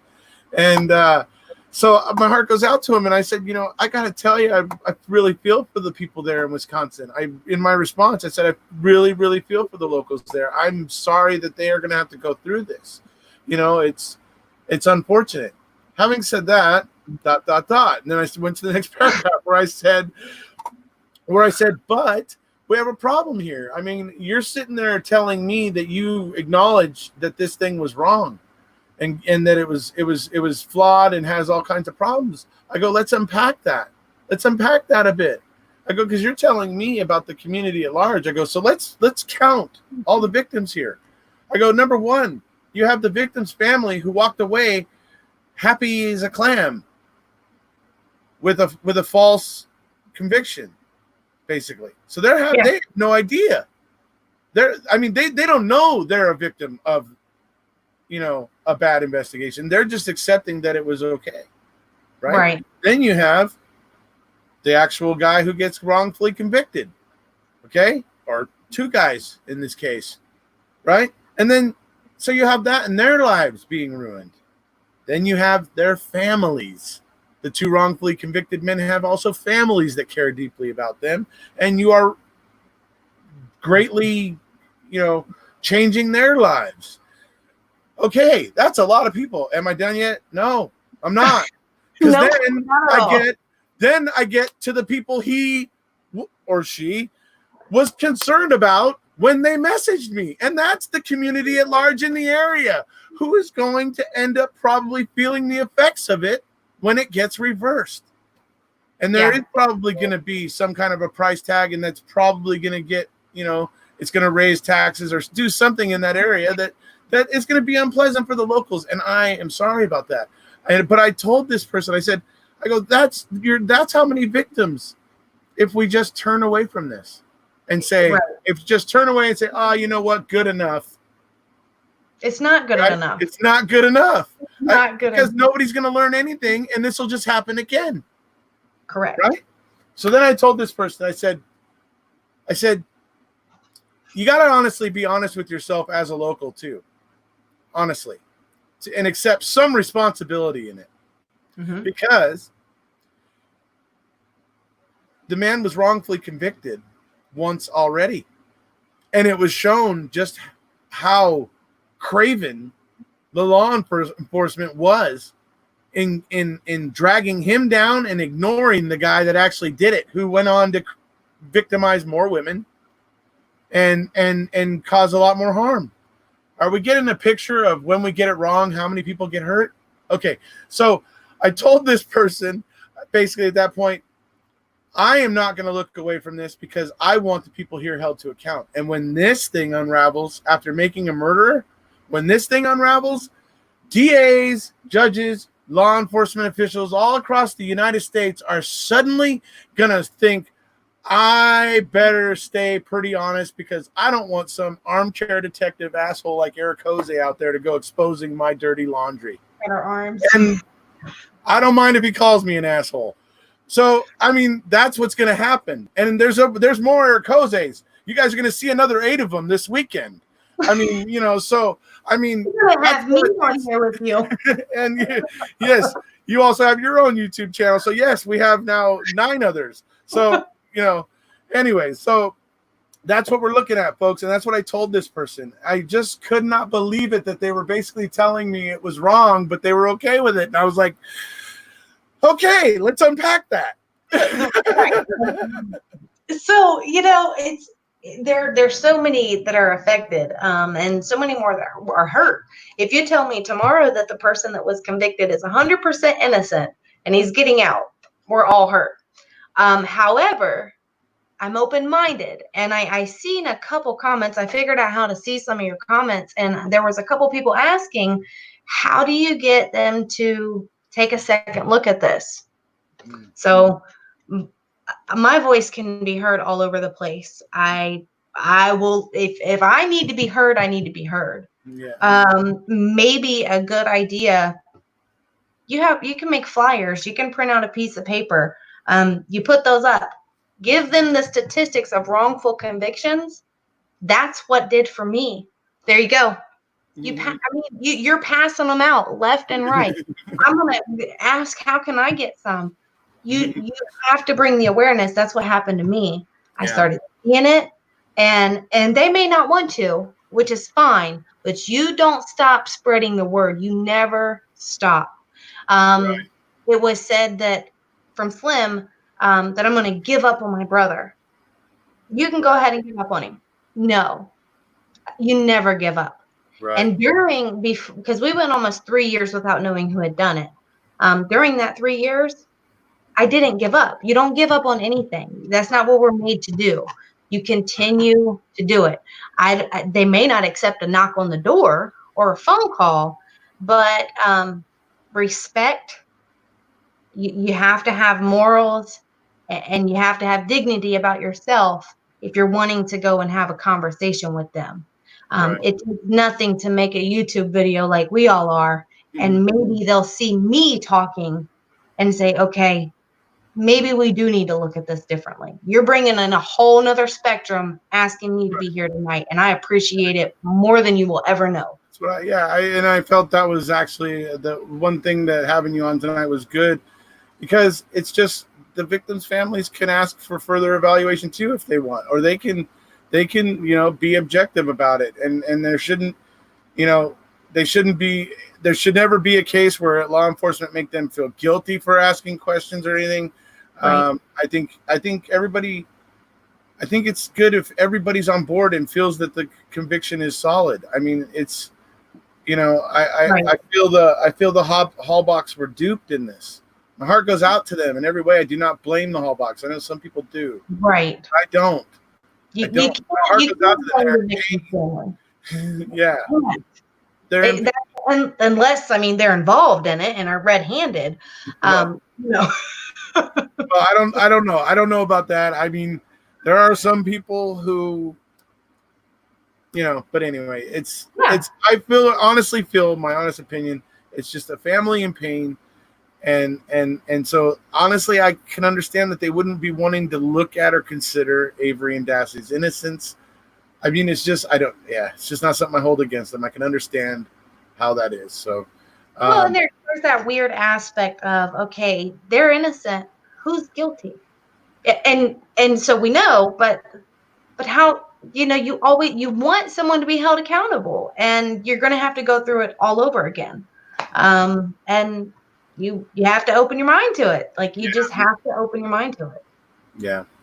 I mean, it's so often, I mean, it's like, I don't know how you might feel, but this case was pretty popular. I don't know if your brother's, obviously was in the press a whole lot, but as Brendan was going through federal courts on his habeas petitions and stuff, trying to get released, used to piss me off because they'd go to oral arguments and then they'd have a little press conference after, and you'd see like, Attorney General Brad Schimmel step up to the microphone, and he was, reporters would be asking him about Brendan, and do you feel that, it was right for the and they'll be picking holes in the case against Brendan, essentially, and everything. And Schimmel would come back with, we wouldn't come back with any substance, we wouldn't come back with anything meaningful.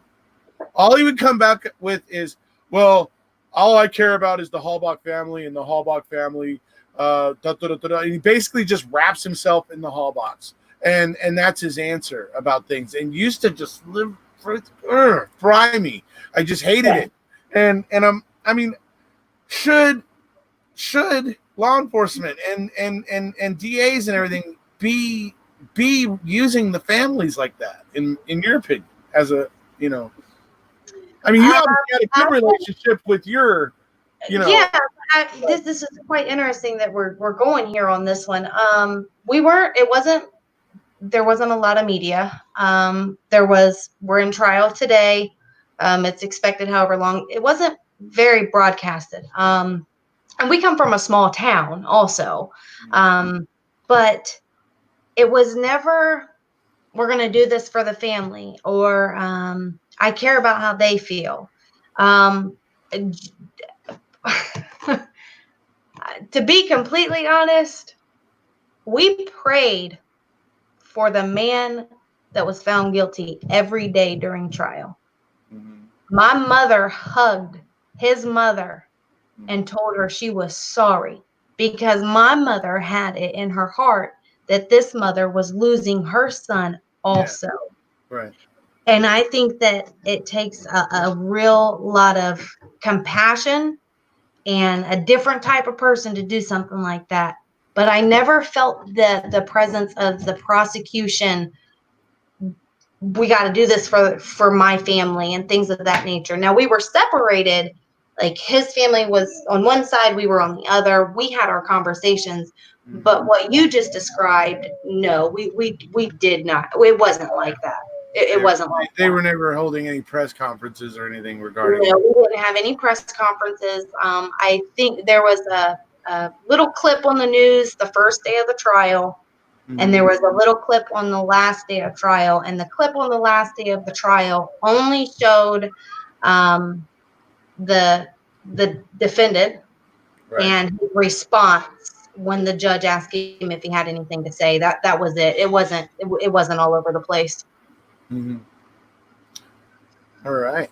Well, I will at this point open up the live chat here. Anybody have some questions for Sydney?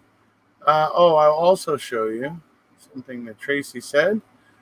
So if you really want to stay involved over the course of this weekend, where is she? Where'd it go? Oh man, lost it. Where'd it go?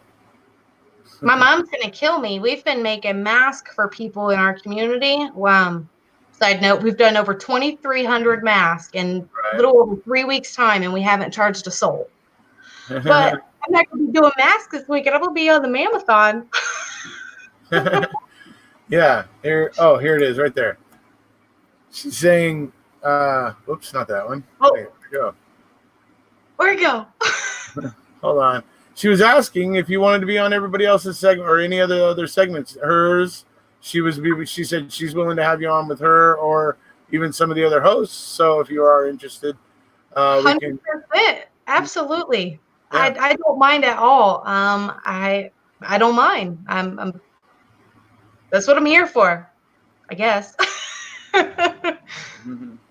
Linda wants me to tell you to please tell you that you're respected and brave, and thank you for sharing. Oh, thanks. I was sweating bullets, guys. Like I need to turn the AC on. Let's see, Sydney, you are a warrior. It's so crazy because like the support system just from my voice and some of the things I do with Slim has been absolutely amazing. It's been amazing. Like I never knew how amazing the wrongfully convicted community could be. Right. Yeah, it's tough sometimes. I'm going to yell at someone. There are some guys like someone. So sorry, go ahead. Right. I'm going to yell at someone in your chat. It's actually my sister, Maddie. But you better be good. I'm like seeing some things. I don't know what she's got going on, but it's not worth it, girlfriend. Right. So T1 had a question. I guess you can answer best you can. He's saying, in your opinion, what do you think it would take for the Hall box to take a second look at the convictions? In your opinion. So I'm kind of dealing with that personally. You bring me solid evidence in a respectful manner. If you come, schedule a meeting, online phone call, you come and say, hey, this doesn't really look right. Something happened here. Mm-hmm. I think that's one of the best approaches, but I don't think that can work with them. Yeah, I think they're closed off for the most part. I think so. Is what you said earlier, right? Yeah, right. So never give up. That's the first thing. If Right. you have to do your flyers, you have to have more YouTube videos. You have to spread that awareness as best you can. So that could possibly be a route. I don't have an answer. I don't think any of us do. But all it took for me was to learn about wrongful convictions, and here I am. Yeah. You might be able to hear a child. I can hear a little bit. Not too loud though. Not too bad. I'm holding the door.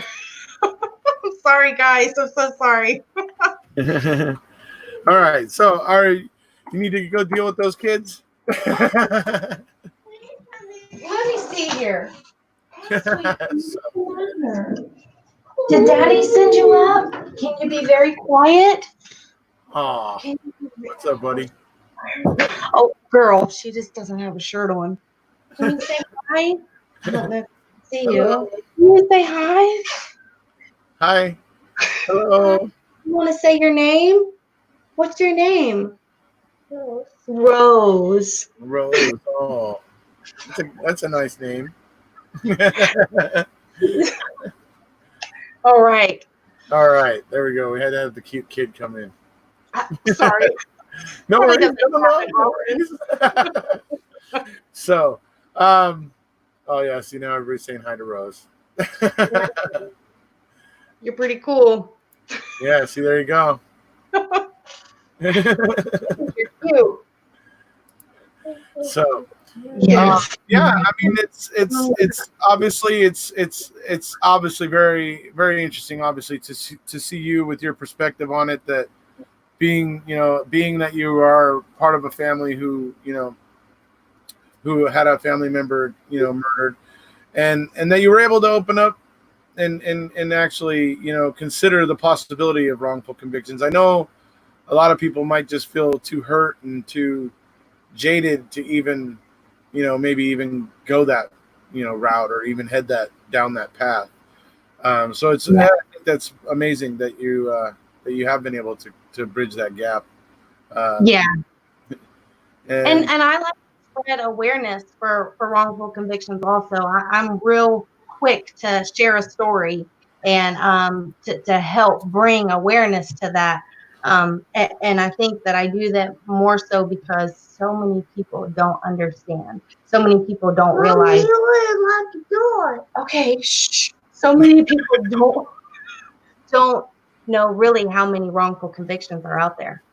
Right. Oh, true. Absolutely. I mean, it's like I was saying earlier. I mean, I think the Innocence Project is giving us, maybe it's a little more than the tip of the iceberg, but I believe that the Innocence Project is only getting, a limited amount, ones where they can test the DNA, something where they can actually test DNA, and because they don't really have the resources for prolonged legal battles, right? And all that kind of stuff. So they find it more difficult to fight some of the wrongful convictions just because it requires so much more resources to do. But if they can test fingernail scrapings, or if they can, if there's something they can test that they can use to exculpate their clients, they will. So I believe the numbers that are coming out they're probably under the amount of actual wrongful convicted that are actually in our prisons. Honestly, I can agree to that. Absolutely, I can agree with you on that. And it's so sad. It's so sad. Yeah, it is. That's why, folks, you want to watch the show The Innocence Files. So that was amazing. I cried the first episode. Episode. Oh, that show was crazy. They were watching Drizzen, Nyrider, Sonia Pfeiffer, David Rudolph, and Jerry Buting were all doing a live watch of episode 8 and doing a Twitter feed while they were watching. So they were all live tweeting while all of them were in their own homes, obviously. Wow. Watching it. So it was interesting, but they were watching it and everything, and then they were talking about episode 8. I mean, and that one's really, really, gets me because that kid was actually he grew up in the country. He was a country boy. You know what I mean? And his mom insisted that he come to the city to live with her and all that sort of stuff. And so he did, and then he ended up getting caught up in that whole thing and everything. Right. And so and David Rudolph was pointing that out in the Twitter feed and everything. So I mean, really, really heartbreaking stuff. I mean, because the kid was just a simple kid, and suddenly getting thrown in, the cage with, a lot of very dangerous people. My heart, when I watched the first episode, to be completely honest, I was so hurt that not only were they were innocent and their lives were taken away from them, and that's what hurts me, and that's where my passion comes from. Their lives were taken, and not many people think about what happens after you're wrongfully convicted or after you're exonerated. You may be able to file a suit, but after that suit and you get all your money, there's nothing. The resource, I mean, they're trying to gain these resources, but that's what hurts so bad to me is their lives are being taken away from them. Mm-hmm. And just like Stephen and Brendan, their lives have been taken away. And you have to think about that. It's a human being.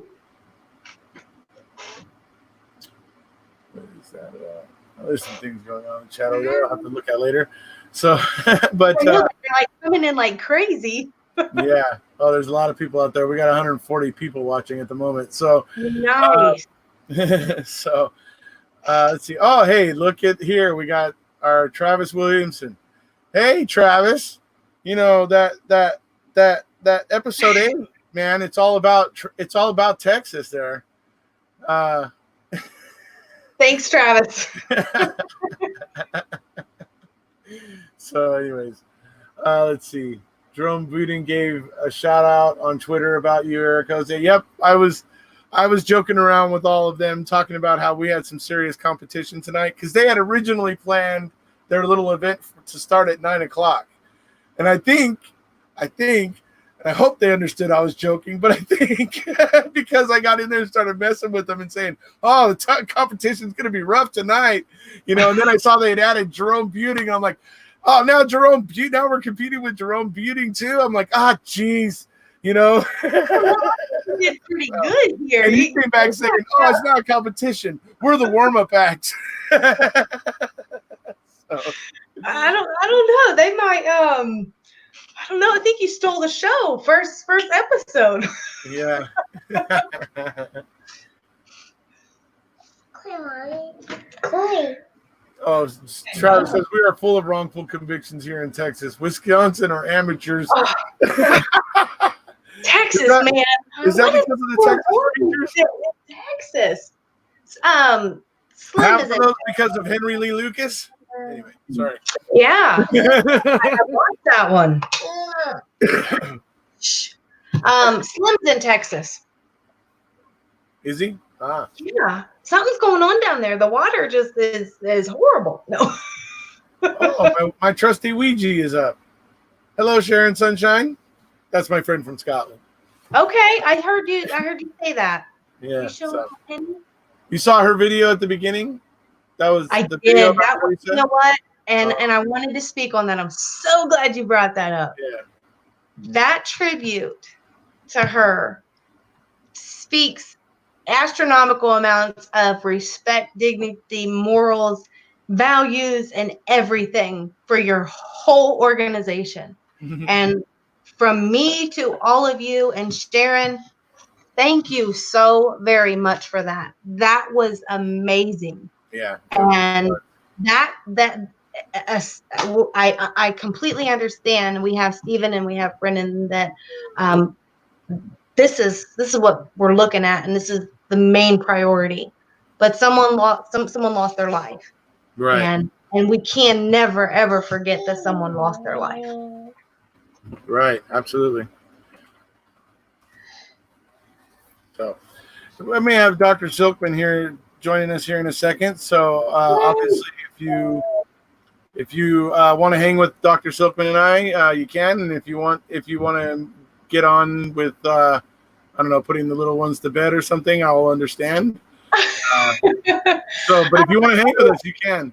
Hello, Dr. Silkman. Certainly. I did. Hey, how's it going? Hi, Doctor. How are you? Hey, good. Oh, I love it. Good to be here. We needed an Aussie in the first segment, so here we go. Remind me of talking to my good buddy the Hod. Anyway, the Hod will be on with Mr. Capaldi, I believe, by the way, folks. So I'll be looking forward to that. Awesome. So, all right. So I brought Dr. Silkman in, folks, for the final leg of my first. There she went. If I'd known she was going to leave, I'd have said goodbye. Okay, goodbye, Sydney. Yes. So I obviously brought you in, to just talk about Brendan, and I figured, I don't know, maybe Steve Moore might have given you a few things that might have spurred something for you to talk about if you want. So I'll, obviously we're all trying to create as much attention for Brendan right now as we can. We're trying to, put it in Governor Eber's face, even, just the population in general there in that area of Wisconsin, so that Brendan's innocence is something that just can't be ignored, obviously. No. So, yeah. So that's one of the reasons why I brought Dr. Silkman in. So was there anything in particular that Steve Moore said that you found particularly interesting? Oh, well, it's amazing that you got him in as an FBI guy. Mm-hmm. And it's amazing what he went through. And really, at the end of the day, first of all, Erekose, look, thank you so much for inviting me on. Oh, absolutely. That's awesome. And all kudos to you and your team and everyone working on this, because the more exposure we get, the better. And it's amazing that I've really only been in this case for about a year. And it's fantastic that you invited me on. And just listening to the story of Sydney, very, very heartfelt. And it really puts a reality to the whole thing about, true crime. Often, we watch documentaries on TV, but we don't have a connection. Mm-hmm. Then when someone comes on and tells the tragic story of what happened to a loved one in the family, it really brings it home. So yeah, that was amazing. Look, just listening to the FBI gentleman, at the end of the day, when you think about it, it's just pure common sense. There was nothing magical, nothing mind-blowing. It's just pure common sense. Mm-hmm. And I remember about a year ago when I watched Making a Murderer, MaM-1, and I saw the story of Stephen and Brendan. Brendan really affected me. Yeah, it just tore at my heartstrings. And I remember doing a presentation for Rubber Ducky over a year ago. Mm-hmm. And I was literally crying during my presentation. Right. That's how much it really affected me because, I've got kids of my own, and all of us have to think, jeepers, what happens if our own loved ones are placed in a situation like that? And it's very, very terrifying. So I looked at the case, the Brendan Dassey, Stephen Avery case, in a holistic manner. And I was particularly interested, and I still am a lot, at what happened with Brendan. I was completely shocked. It became so obvious that poor kid really had no knowledge of what was going on. Right. And all the major points, I mean, we know the story. All the major points, all the major factors were being spoon-fed to him. And somehow he entrapped himself in the bear trap. And it was very sad. So what I did, Erekose, I decided to track Brendan, as in I went to the original literature. I read as much as I possibly could. I looked at as many videos. I came on your YouTube channel. I saw as much material as possible and tried to put it all together. And really, when you look at it, Brendan's downfall started from day one, when he was interrogated or interviewed by a Detective O'Neill. And yeah, that's right. And like, if you look at this case, everything, and I mean everything that could go wrong for this poor boy did, from all aspects, from all angles. And I must tell you, Erekose, when I first started doing this case, I used to have a crop of hair. I've pulled it all out now. And it's like, yeah, I'm from Foul Play, of course, and the guy's got me my beautiful T-shirt here. There you go. And we've had many, many discussions like you guys have. And Brendan is a special case because I'm from Australia, and when I saw MaM-1, I thought, nah, surely this has got to be a joke, right?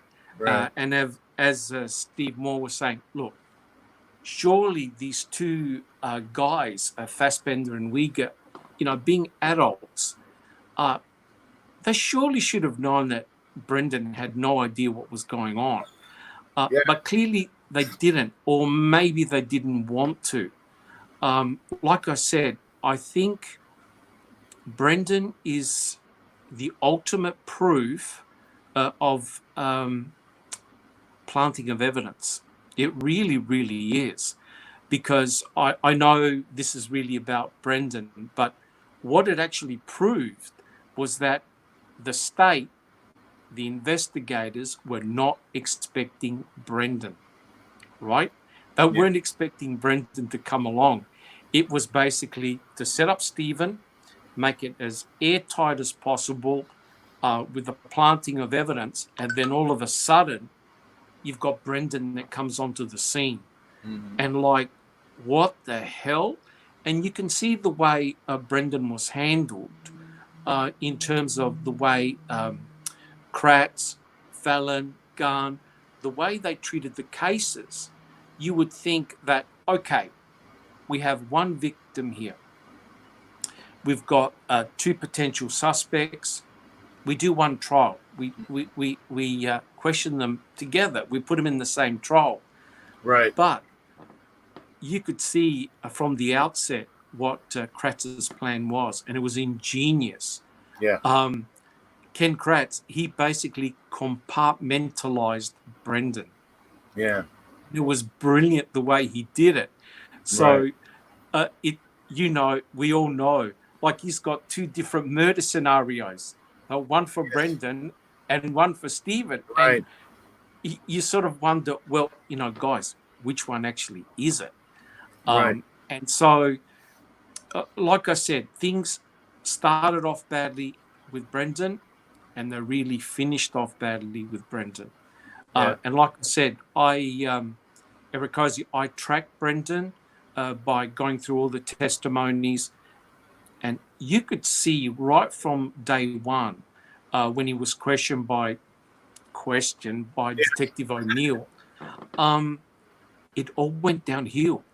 Because if you notice, every time Brendan was initially questioned, he told the truth. Yes. He actually told the truth. One consistent story that he tells. Yes, absolutely. Unbelievable. Unbelievable. You think he's a 16-year-old kid, right? And his uncle is caught up in this horrendous. He's been charged with murder, right? And remember, Brendan liked Stephen a real lot.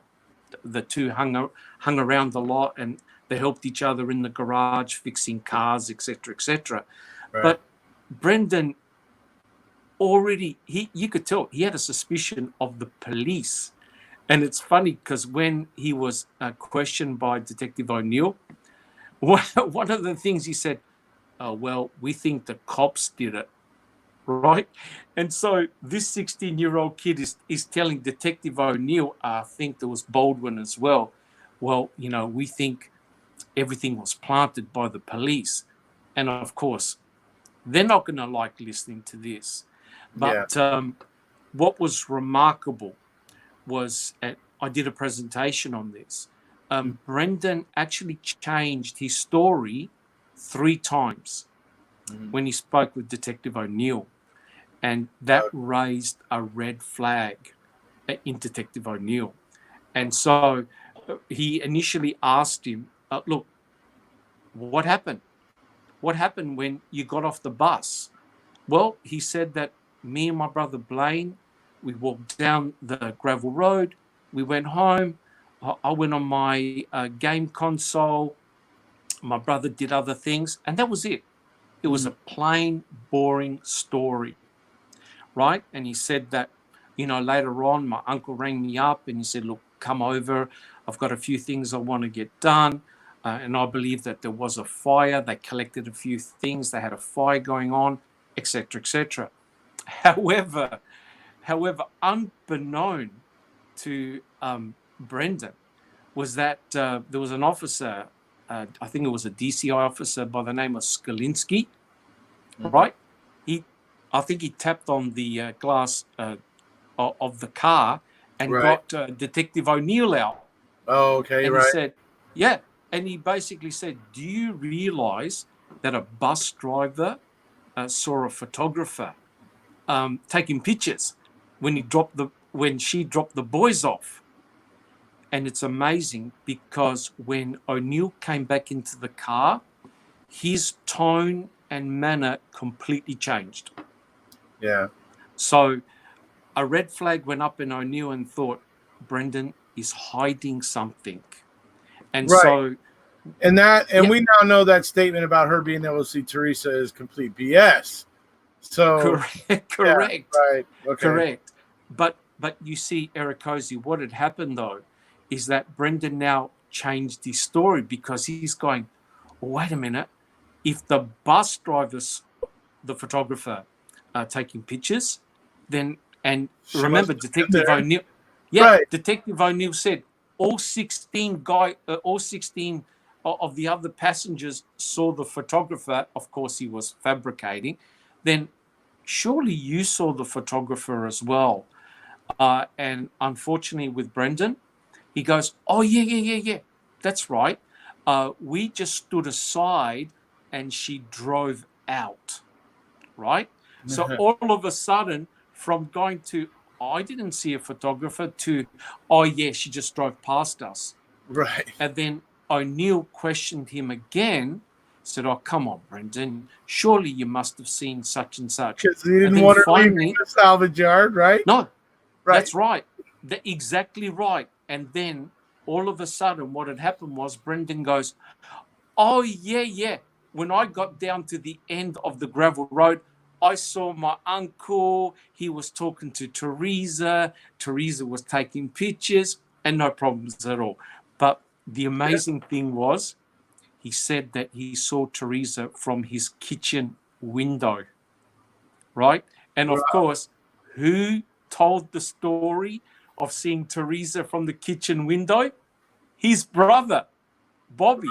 Right? So now you can see what's happening. All of a sudden, Brendan has heard these things from his brother and probably from his uncle, and he's now mashing a story together, right? Now, what's so nefarious about seeing your uncle, seeing the photographer?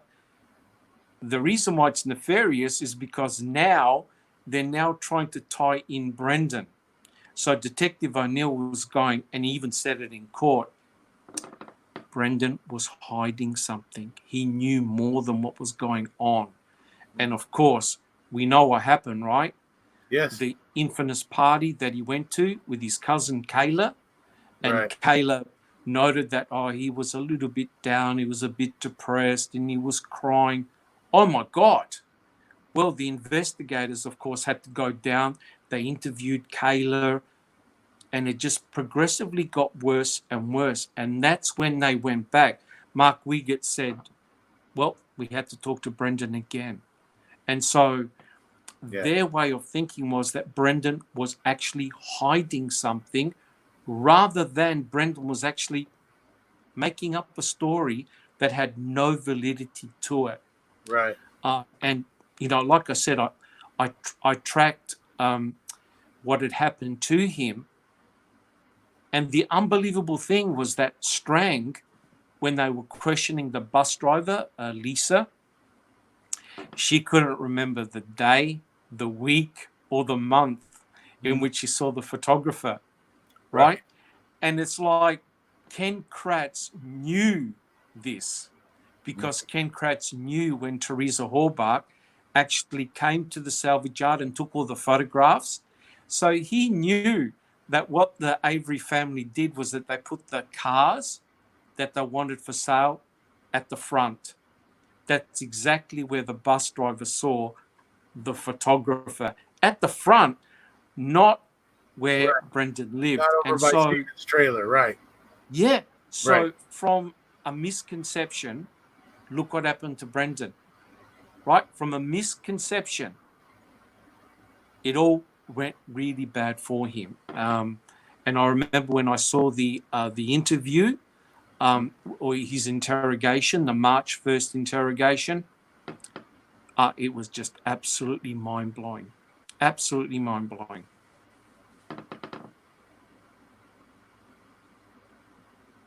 Did everyone on the bus? Okay, so Debbie Salmon asked, I wonder if Brendan asked his brother if he saw Teresa because everyone on the bus saw her. Hadn't heard about. Well, you see, this goes to show the dishonesty of the law enforcement. Right. They, of course, you think about it, right? Both him and his brother Blaine got off the bus. Yeah. And they walked down, right? So Skolinski, believe it or not, the day before, they questioned Blaine, and Barb was present. His mother was present, was at a hotel. And Skolinski, apparently with another investigator, was screaming at Blaine, because what they were trying to do is to put Blaine against Stephen, right? Because they're saying, look, Stephen did this, Stephen did that.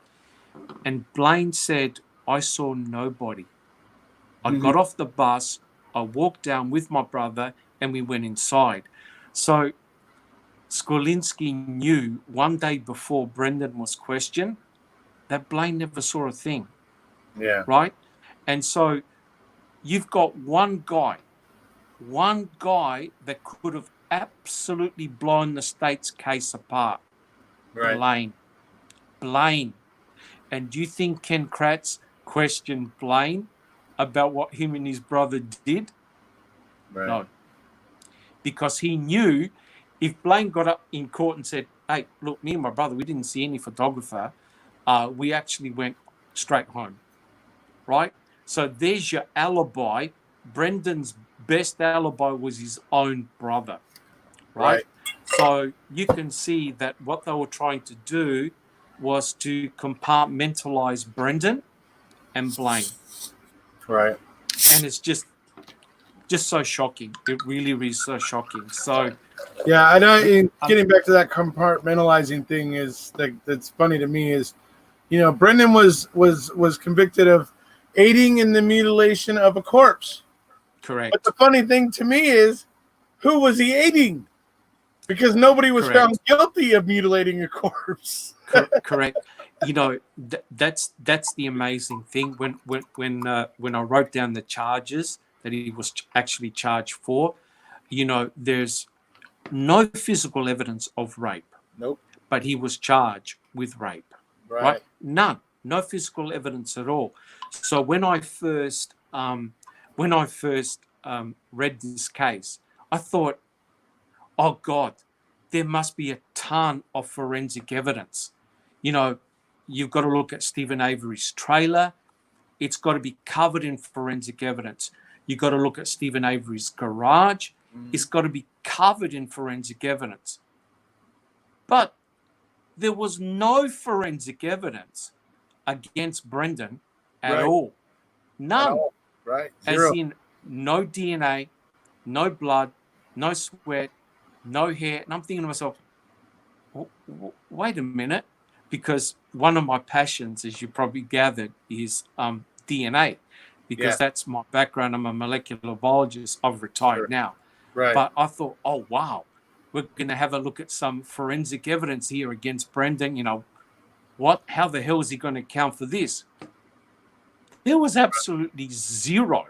None. And what made matters worse, Erekose, for me personally, is that the investigators were spoon feeding Brendan all the critical facts about the case, right?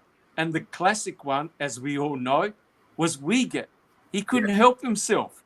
Yeah. Right? And that's why when he grew impatient with trying to get Dassey to guess it on his own and got impatient. Correct. Yeah, absolutely. Correct.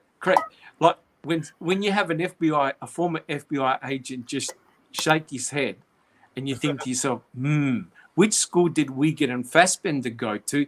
It couldn't have been a really good one, right? And so when they interrogated Brendan for, I think he had 6 interrogation sessions altogether. They went for many hours, right? And then eventually on the March 1st interrogation, you know, things got progressively worse and worse and worse. And all of a sudden, Brendan started admitting he had done all these things. But there's one problem, right? It was Wiegert who said to Brendan, who shot her in the head, right? Who shot her in the head? Because they knew, Fassbender and Wiegert knew from the forensic work done by Dr. Eisenberg, I like to call her Dr. Leisenberg, that they found cranial bone fragments allegedly in Stephen Avery's burn pit. Right. They never found any human bones in Stephen Avery's burn pit unless they put them there. It's obvious. Or unless somebody. And the reason why, right. Yeah, the reason why it's obvious is, one, they kicked out the coroner, right? Yeah. Imagine the coroner's at home and discovering, there's a murder and it's taken place at the Avery salvage yard, and this is the coroner, right? Yes. And the coroner had nothing to do with Stephen Avery's first case, right? So she had every right to be there. So one, coroner's not permitted to come on. Right. 2, and very damning, where are the in situ photographs? Yeah. I'm still waiting and for that ties in with the fact that the coroner, the Manitowoc coroner, was actually going to bring a forensic anthropologist, and we would have had a proper collection, and we would know what's what in Stephen Avery's burn pit. But we don't. I mean, because she was blocked specifically. Correct. So if you block the coroner, it means that basically you can come up with any shenanigans you want on the salvage yard, and no one's going to know. In the end, it's all smoke and mirrors. And I remember having this big discussion with one of our members, BB, and we were talking about the bones. And I think she's the most accurate person of the lot. The bones came in a box and left in a box. It was like a pizza delivery, literally.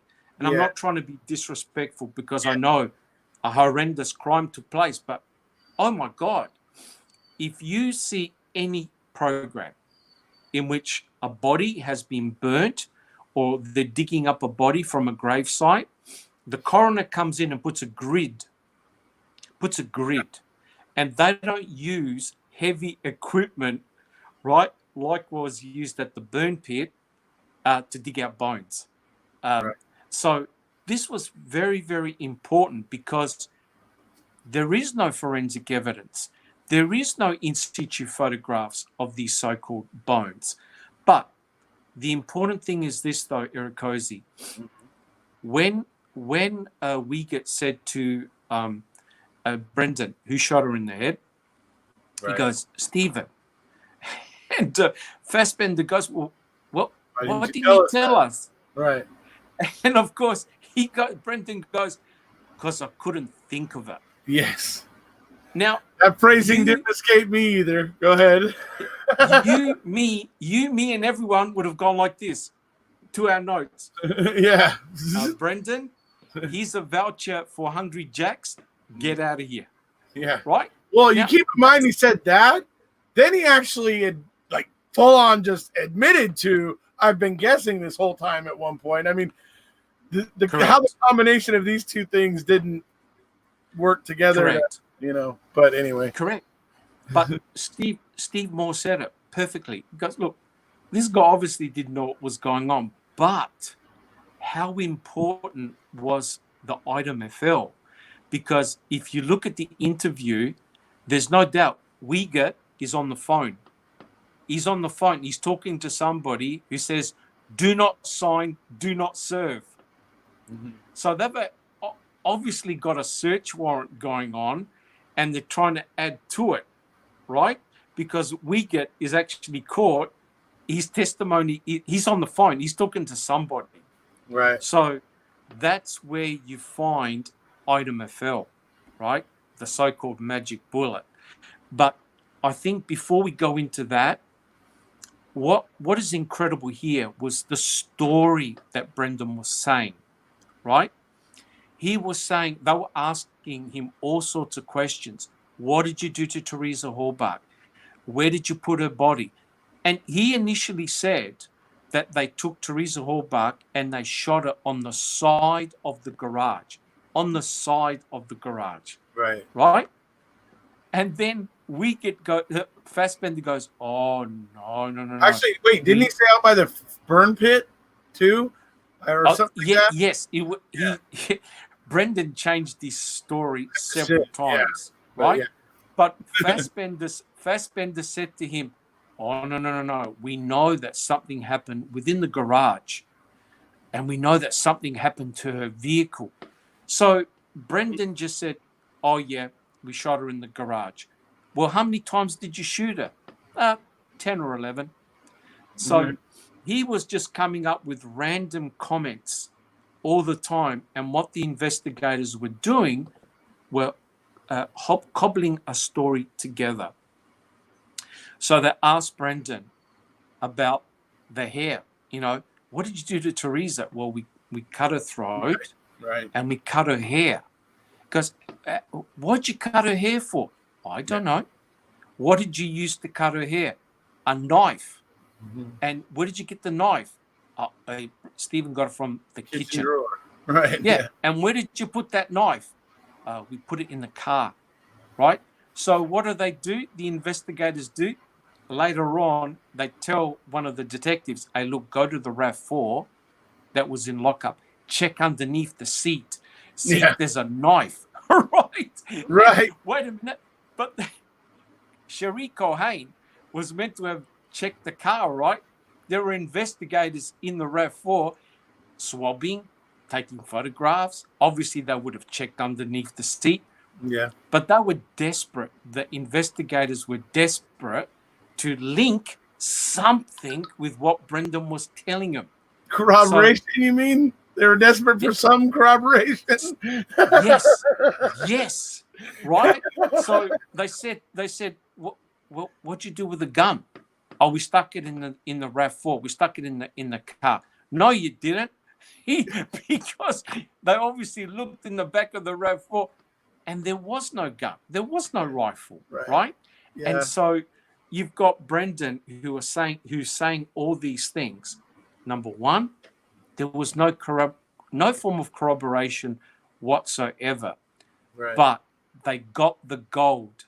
They got item FL, right? Yeah, so once they got the warrant, the next day they go back in. I think they've already searched the garage 5 times by that stage. And lo and behold, what do they find? 2 bullet fragments, item FL, item FK. Oh, and it just so magically happened to be item FL, magically happened to be under the compressor, right? And what's funny is that there are photographs that show under the compressor before March the 2nd, and there's no bullets nowhere, right? So suddenly this magic bullet appears underneath the compressor. That's obvious from the fact that it has none of the dust that the rest of the area has on Correct. it. I mean, it's like all shiny and gleaming, and it's like I have to break concrete sometimes in my job or chip it and do that sort of stuff. That dust gets picked up on the wind. It sticks to all kinds of things, and it makes any kind of metal or shiny surface just look dull. Correct. And so, that item FL is fishy as hell. And what's even worse now, it's going to sink the state. Kathleen Zellner has got an ace card.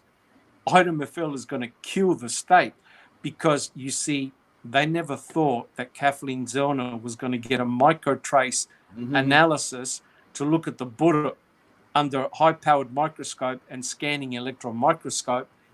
Oh, boy, we know that bullet went through Pinocchio. It didn't go through Teresa Hallbuck. It went through something made of wood. And her team and her analysis was first rate. But getting back to Brendan. So Brendan was giving this horrific story of what they allegedly did to Teresa Hallbuck, right? And then Ken Kratz, the day after, without checking, without any form of collaboration, not to double check the facts, he did the press conference, right, on March the 2nd. And he basically spewed out the entire scenario of what had actually happened to poor Teresa Hallbuck. And it was horrific, absolutely horrific. And so during his interrogation, Fassbender and Wiegert asked Brendan to draw. Remember the drawings that he made him do? He made him draw how Teresa was shackled in the bed. He drew the knife. He drew where the hair was. And he also drew the fire pit, right? And what's incredible is that, and you know it, and I know it, he drew a whole body, right? And so they asked him, they said, well, after you shot Teresa Hallbuck, what did you actually do? Well, we got her and we put her in the back of her RAV4. No, that can't be right. Oh, yeah, that's right. We took her out of the RAV4 and we put it in the fire. How'd you do that? Well, I held the feet and my uncle held the arms. And of course, guys, we know that the victim, and if the victim is indeed Teresa Hallbuck, she was cut to pieces, right? And Brendan never mentions that, they basically dismembered Teresa Hallbuck and she was cremated. Make no mistake. The victim was completely cremated to bones, to bone fragments. And it was horrendous. So I think this goes to show the danger when apparently 2 intelligent adults are interrogating a young boy with a limited intellectual ability, no mother present, no attorney present. Fassbender and Wiegert went to town. And I must admit, I was so distraught, ashamed. Honestly, I don't know how it was permissible. But to me, the greatest shame was the fact that when Knight Rider and Drizzen took over the case, they thought, oh, you beauty, we're going to win this hands down. And to think that some of the judges thought, oh, yeah, he wasn't coerced. That's fully admissible. And yet other judges said, that's the biggest lot of crap I've ever seen. Oh, yeah. So, I love the dissenting judges, like the way Judge Wood did it. He made diagrams for like 4 pages, just going, this is what he said. This is where he would have been able to hear it. This is was also suggested by the investigators. If it's like, correct, it out where all this supposedly incriminating information that he gave, correct, and where it came from, like it's just laying it right out there, and it's just like, man, I love it. Yep, I love it. And not only that, Judge Duffin, basically said this is the biggest lot of crap I've ever seen in my life. He did a scathing review of the whole process. 91 page? Anyway.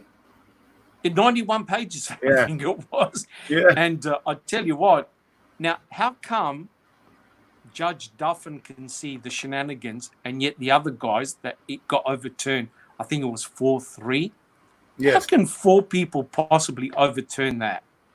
And to me, it's called AEDPA. That's it. To me, the scary thing is you can go to prison for life based on an opinion. Yeah. A person's opinion. And it's not like 100% agreement, right? It's sort of like some people were looking at it in shock and horror saying, this is garbage. And others are going, no, I don't see a problem. And that to me was the biggest issue. But I do want to say one thing though. Mm-hmm. I give kudos to Brendan for actually standing up in court. And speaking out. When he God. Brilliantly. He testified brilliantly. Considering his limitations and how easily that could have gone off the rails, he did a very, very good job. Absolutely. The hairs on the back of my neck stood up. I'm thinking to myself, oh my God, you imagine if you were questioned by Fallon, right? The guy, he's straight out of Star Wars. He is so scary and intimidating, and yet Brendan never batted an eyelid. Are you saying, wait, hold on. Did you just compare Fallon to the Emperor? Oh, yeah. He's scared. He's scared. I'm telling you now. You don't believe me? I reckon he was on Star Wars. I love it. It's very apt. Although to be fair, to be fair, that was Big Jeff. Big Jeff did that comparison. And if you put them side by side, Fallon is actually more scarier. I'm telling you now, he is more scarier. You guys go as far as photoshopping a hood around. Oh, you can't. You don't have to Photoshop. You don't have to. You guys send that over after we're done here. I'm telling you, you don't have to Photoshop. And yet, this young man, looked Fallon straight in the eye and said, I didn't do any of this. I lied. And, all jokes aside, at the end of that March 1st interview, when Fassbender and Wiegert leave the room, he grasps his head. Right. And he said to his mum, they got to my head. Yeah. And I'm telling you what, if you were interrogated by those two bozos for 3 hours, you would admit to anything. You would admit to killing Santa Claus, right? and so, when you look at the aspects of the read technique, and I've seen so many cases now, the Central Park 5, classic. Yeah. If you look at the Central Park 5, they did a documentary on Netflix. It is the read technique on 5 African-American youths who had nothing to do with the crime. Nothing. In the end, they admitted to raping, torturing. They did the whole lot. Right. And they ended up all in prison, right? And they interviewed the guys when they finally got exonerated. They said, what happened? He goes, we only wanted to get out of there. Because the read technique puts you in a spot where you want to go. You want to go the exit door. So you just go, look. Yeah, I did it. Please let me out of here. And so they entrapped Brendan. They got him exactly where they wanted to. They got the search warrant. They found Ida Mafel, but Ida Mafel turned out to actually bite the state really badly. And now we know why the state does not want to encounter Kathleen Zellner. The state gave away the bones, as you talked about before. We now know why. That's pretty obvious. Brendan never mentioned about putting bones in his own burn barrel, right? Yonder burn barrel number 2 has got human cut cremains in there. And Brendan never said, oh yeah, by the way, me and my uncle, we went all the way down to the Manitowoc County gravel pit and we decided to sprinkle a couple of bones. Right. We decided to sprinkle a couple of bones over there. Now you know why. Ken Kratz, 1, didn't want to touch the Manitowoc County gravel pit. We all know why. 2, he told Dr. Eisenberg, shut up. That's what he would have said to her. Don't you dare say that's a human bone. So she said, no, that's not a human bone. So getting back to Brendan, everything he said could not be corroborated. But there's one thing, Erekose, if I've got time to talk about it. Have I got some time? Yeah. One thing that we've got 13 minutes. So 13, beautiful. One thing that blew my mind. Johnny will be joining us here in a second also. Go ahead. Sorry. Super. One thing that blew my mind was Fallon was stirring him up in court. He called him sir, remember? Sir. Where did you hear about a woman being tied to a bed, raped, stabbed, burned? And Brendan Dassey, without flinching, goes, I got it from a book. Kiss the girls. I'm there, well, wait a minute. Kiss the girls? What the hell is this all about? And one thing, Erekose, the people representing, the attorneys representing Stephen, Brendan never thought, hey, wait a minute, maybe I better check to see if there's some veracity in what Brendan was at. Because do you consider Brendan reading a book like Kiss the Girls? Right? It's a very heavy-going book. Yet, he somehow plucked it out of the air. Lo and behold, what another researcher and I, her name's Bron, and she's going to appear on MaM-a-Thon soon. What Bron and I decided to do, just as a... It's going to be on Millbilly segment, so I talked about that earlier. So. Yeah, just as a bit of fun, we thought, okay, let's go and check out this film. Let's go and read the book. Let's just see if Brendan just made it all up. Our jaws hit the floor. All the major things that Brendan told Fassbender and Wiegert is straight from Kiss the Girls. All the major plot, all of them, the female tied to the bed, restrained to the bed, a knife being held to the throat, sexual assault, but the one that gave it away was the cutting of the hair. Right. And it was only shown in the film, not the book. So, and guess what? Kiss the Girls was being shown in Wisconsin during that time. Oh, wow. And Brendan was placed in a hotel suite at Fox Hills. And they've got Fox, and it's likely, imagine this, Fassbender, Wiegert, Barb, and Brendan watching Kiss the Girls.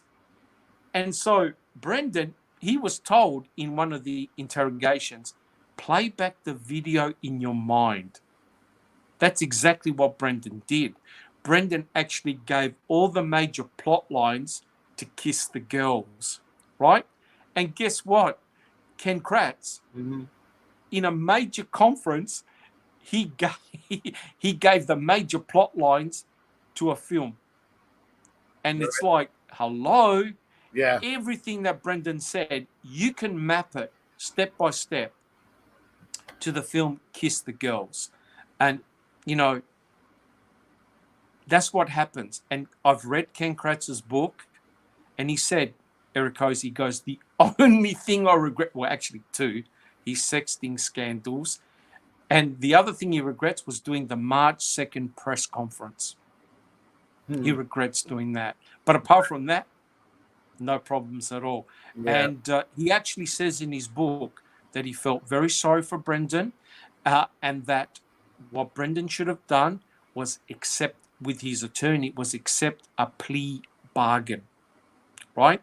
Mhm. And you know, we now know the story because we've seen the 2010 post-conviction depositions. Oh my God! Right. His attorney, Kaczynski, his investigator, Michael O'Kelly, Right. they were talking openly with the investigators. This is the state investigators, Right. and Kim Kratz. So they came in with a plan. Your client is guilty. Get him to take a plea bargain, and we'll go for leniency. I think it was 15 or 20 years, which is ironical because Brendan would have been due for release very soon. So imagine you get an attorney who already A, thinks you're guilty, and B, is talking to the state prosecutor and investigators. And Michael O'Kelly, you saw what happened, right? Michael O'Kelly went up to Brendan and said, right, fill out this questionnaire. Tell me what happened. And Brendan said the same boring story. He goes, I got off the bus with my brother. We walked down the road. I went home. He did this. I did that. Right. And Michael O'Kelly goes, Brendan, I can't help you. But that's the truth. I can't help you because there's one person missing here, Teresa Hallbach. Never mind the fact that you passed the polygraph test with flying colors, which he lied. I've been telling everybody said, that you failed. Correct. He told him that he failed. And that's the other thing, guys, we know. Uyghur and Fassbender were permitted to lie to Brendan. They were permitted to set him up. And they kept on saying, we know the truth. We just want you to tell us the truth. We know what happened. Right. So Brendan obviously thought, well, God, they obviously know what's happened. So, you know, I might as well tell them what I can. But what was dishonest was the fact that they said to him, look, your uncle is going to blame you for everything. Right. Right. Right? So he's going, what? My own uncle's going to blame me for this. So as a consequence, he was able to, he spewed out all this sort of nonsense. And of course, we know what happened. So in a way, the tragedy with Brendan is that he's facing life in prison only based on words. Right. There is no forensic evidence. And before I finish, the important thing is this, right? You could tell that the planting is so obvious. Why?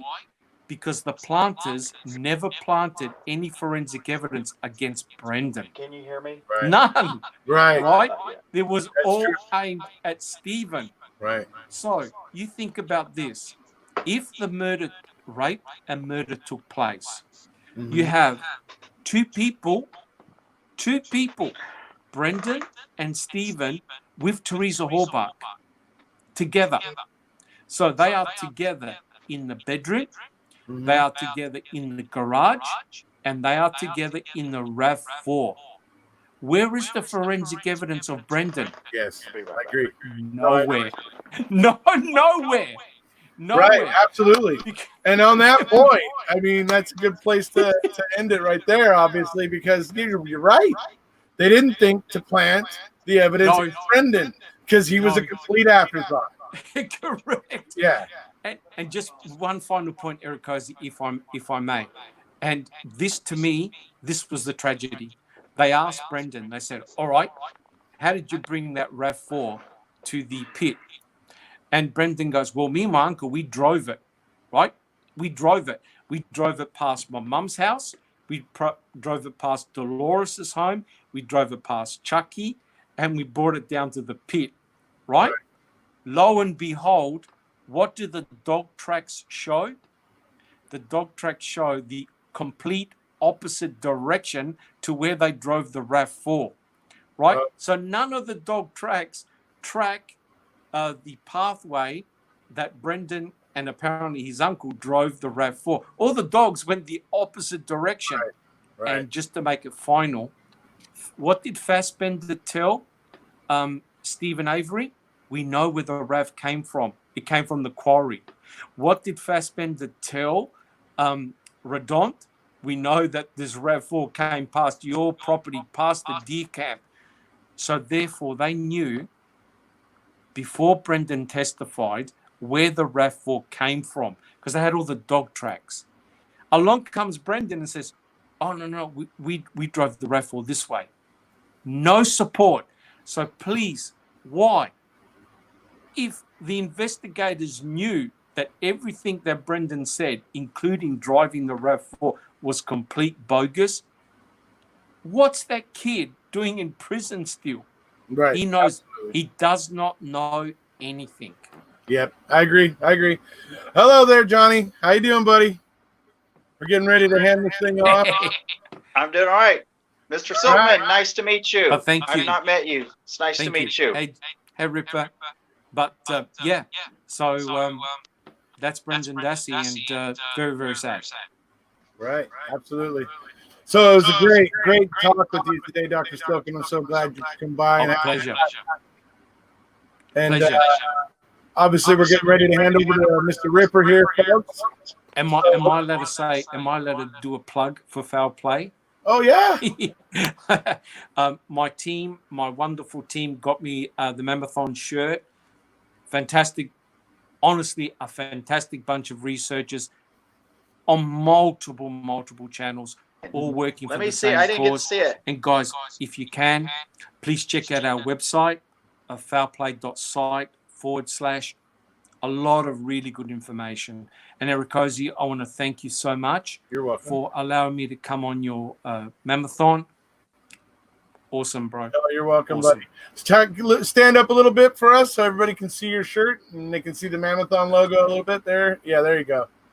So there you go, folks. That's very nice. Beautiful. Now, where can we order those shirts so we can get them autographed? So I'll say goodbye. All right, and we'll see you, Dr. Silverman. They'll be posting links. The mods will be posting links to the Zazzle store, Johnny.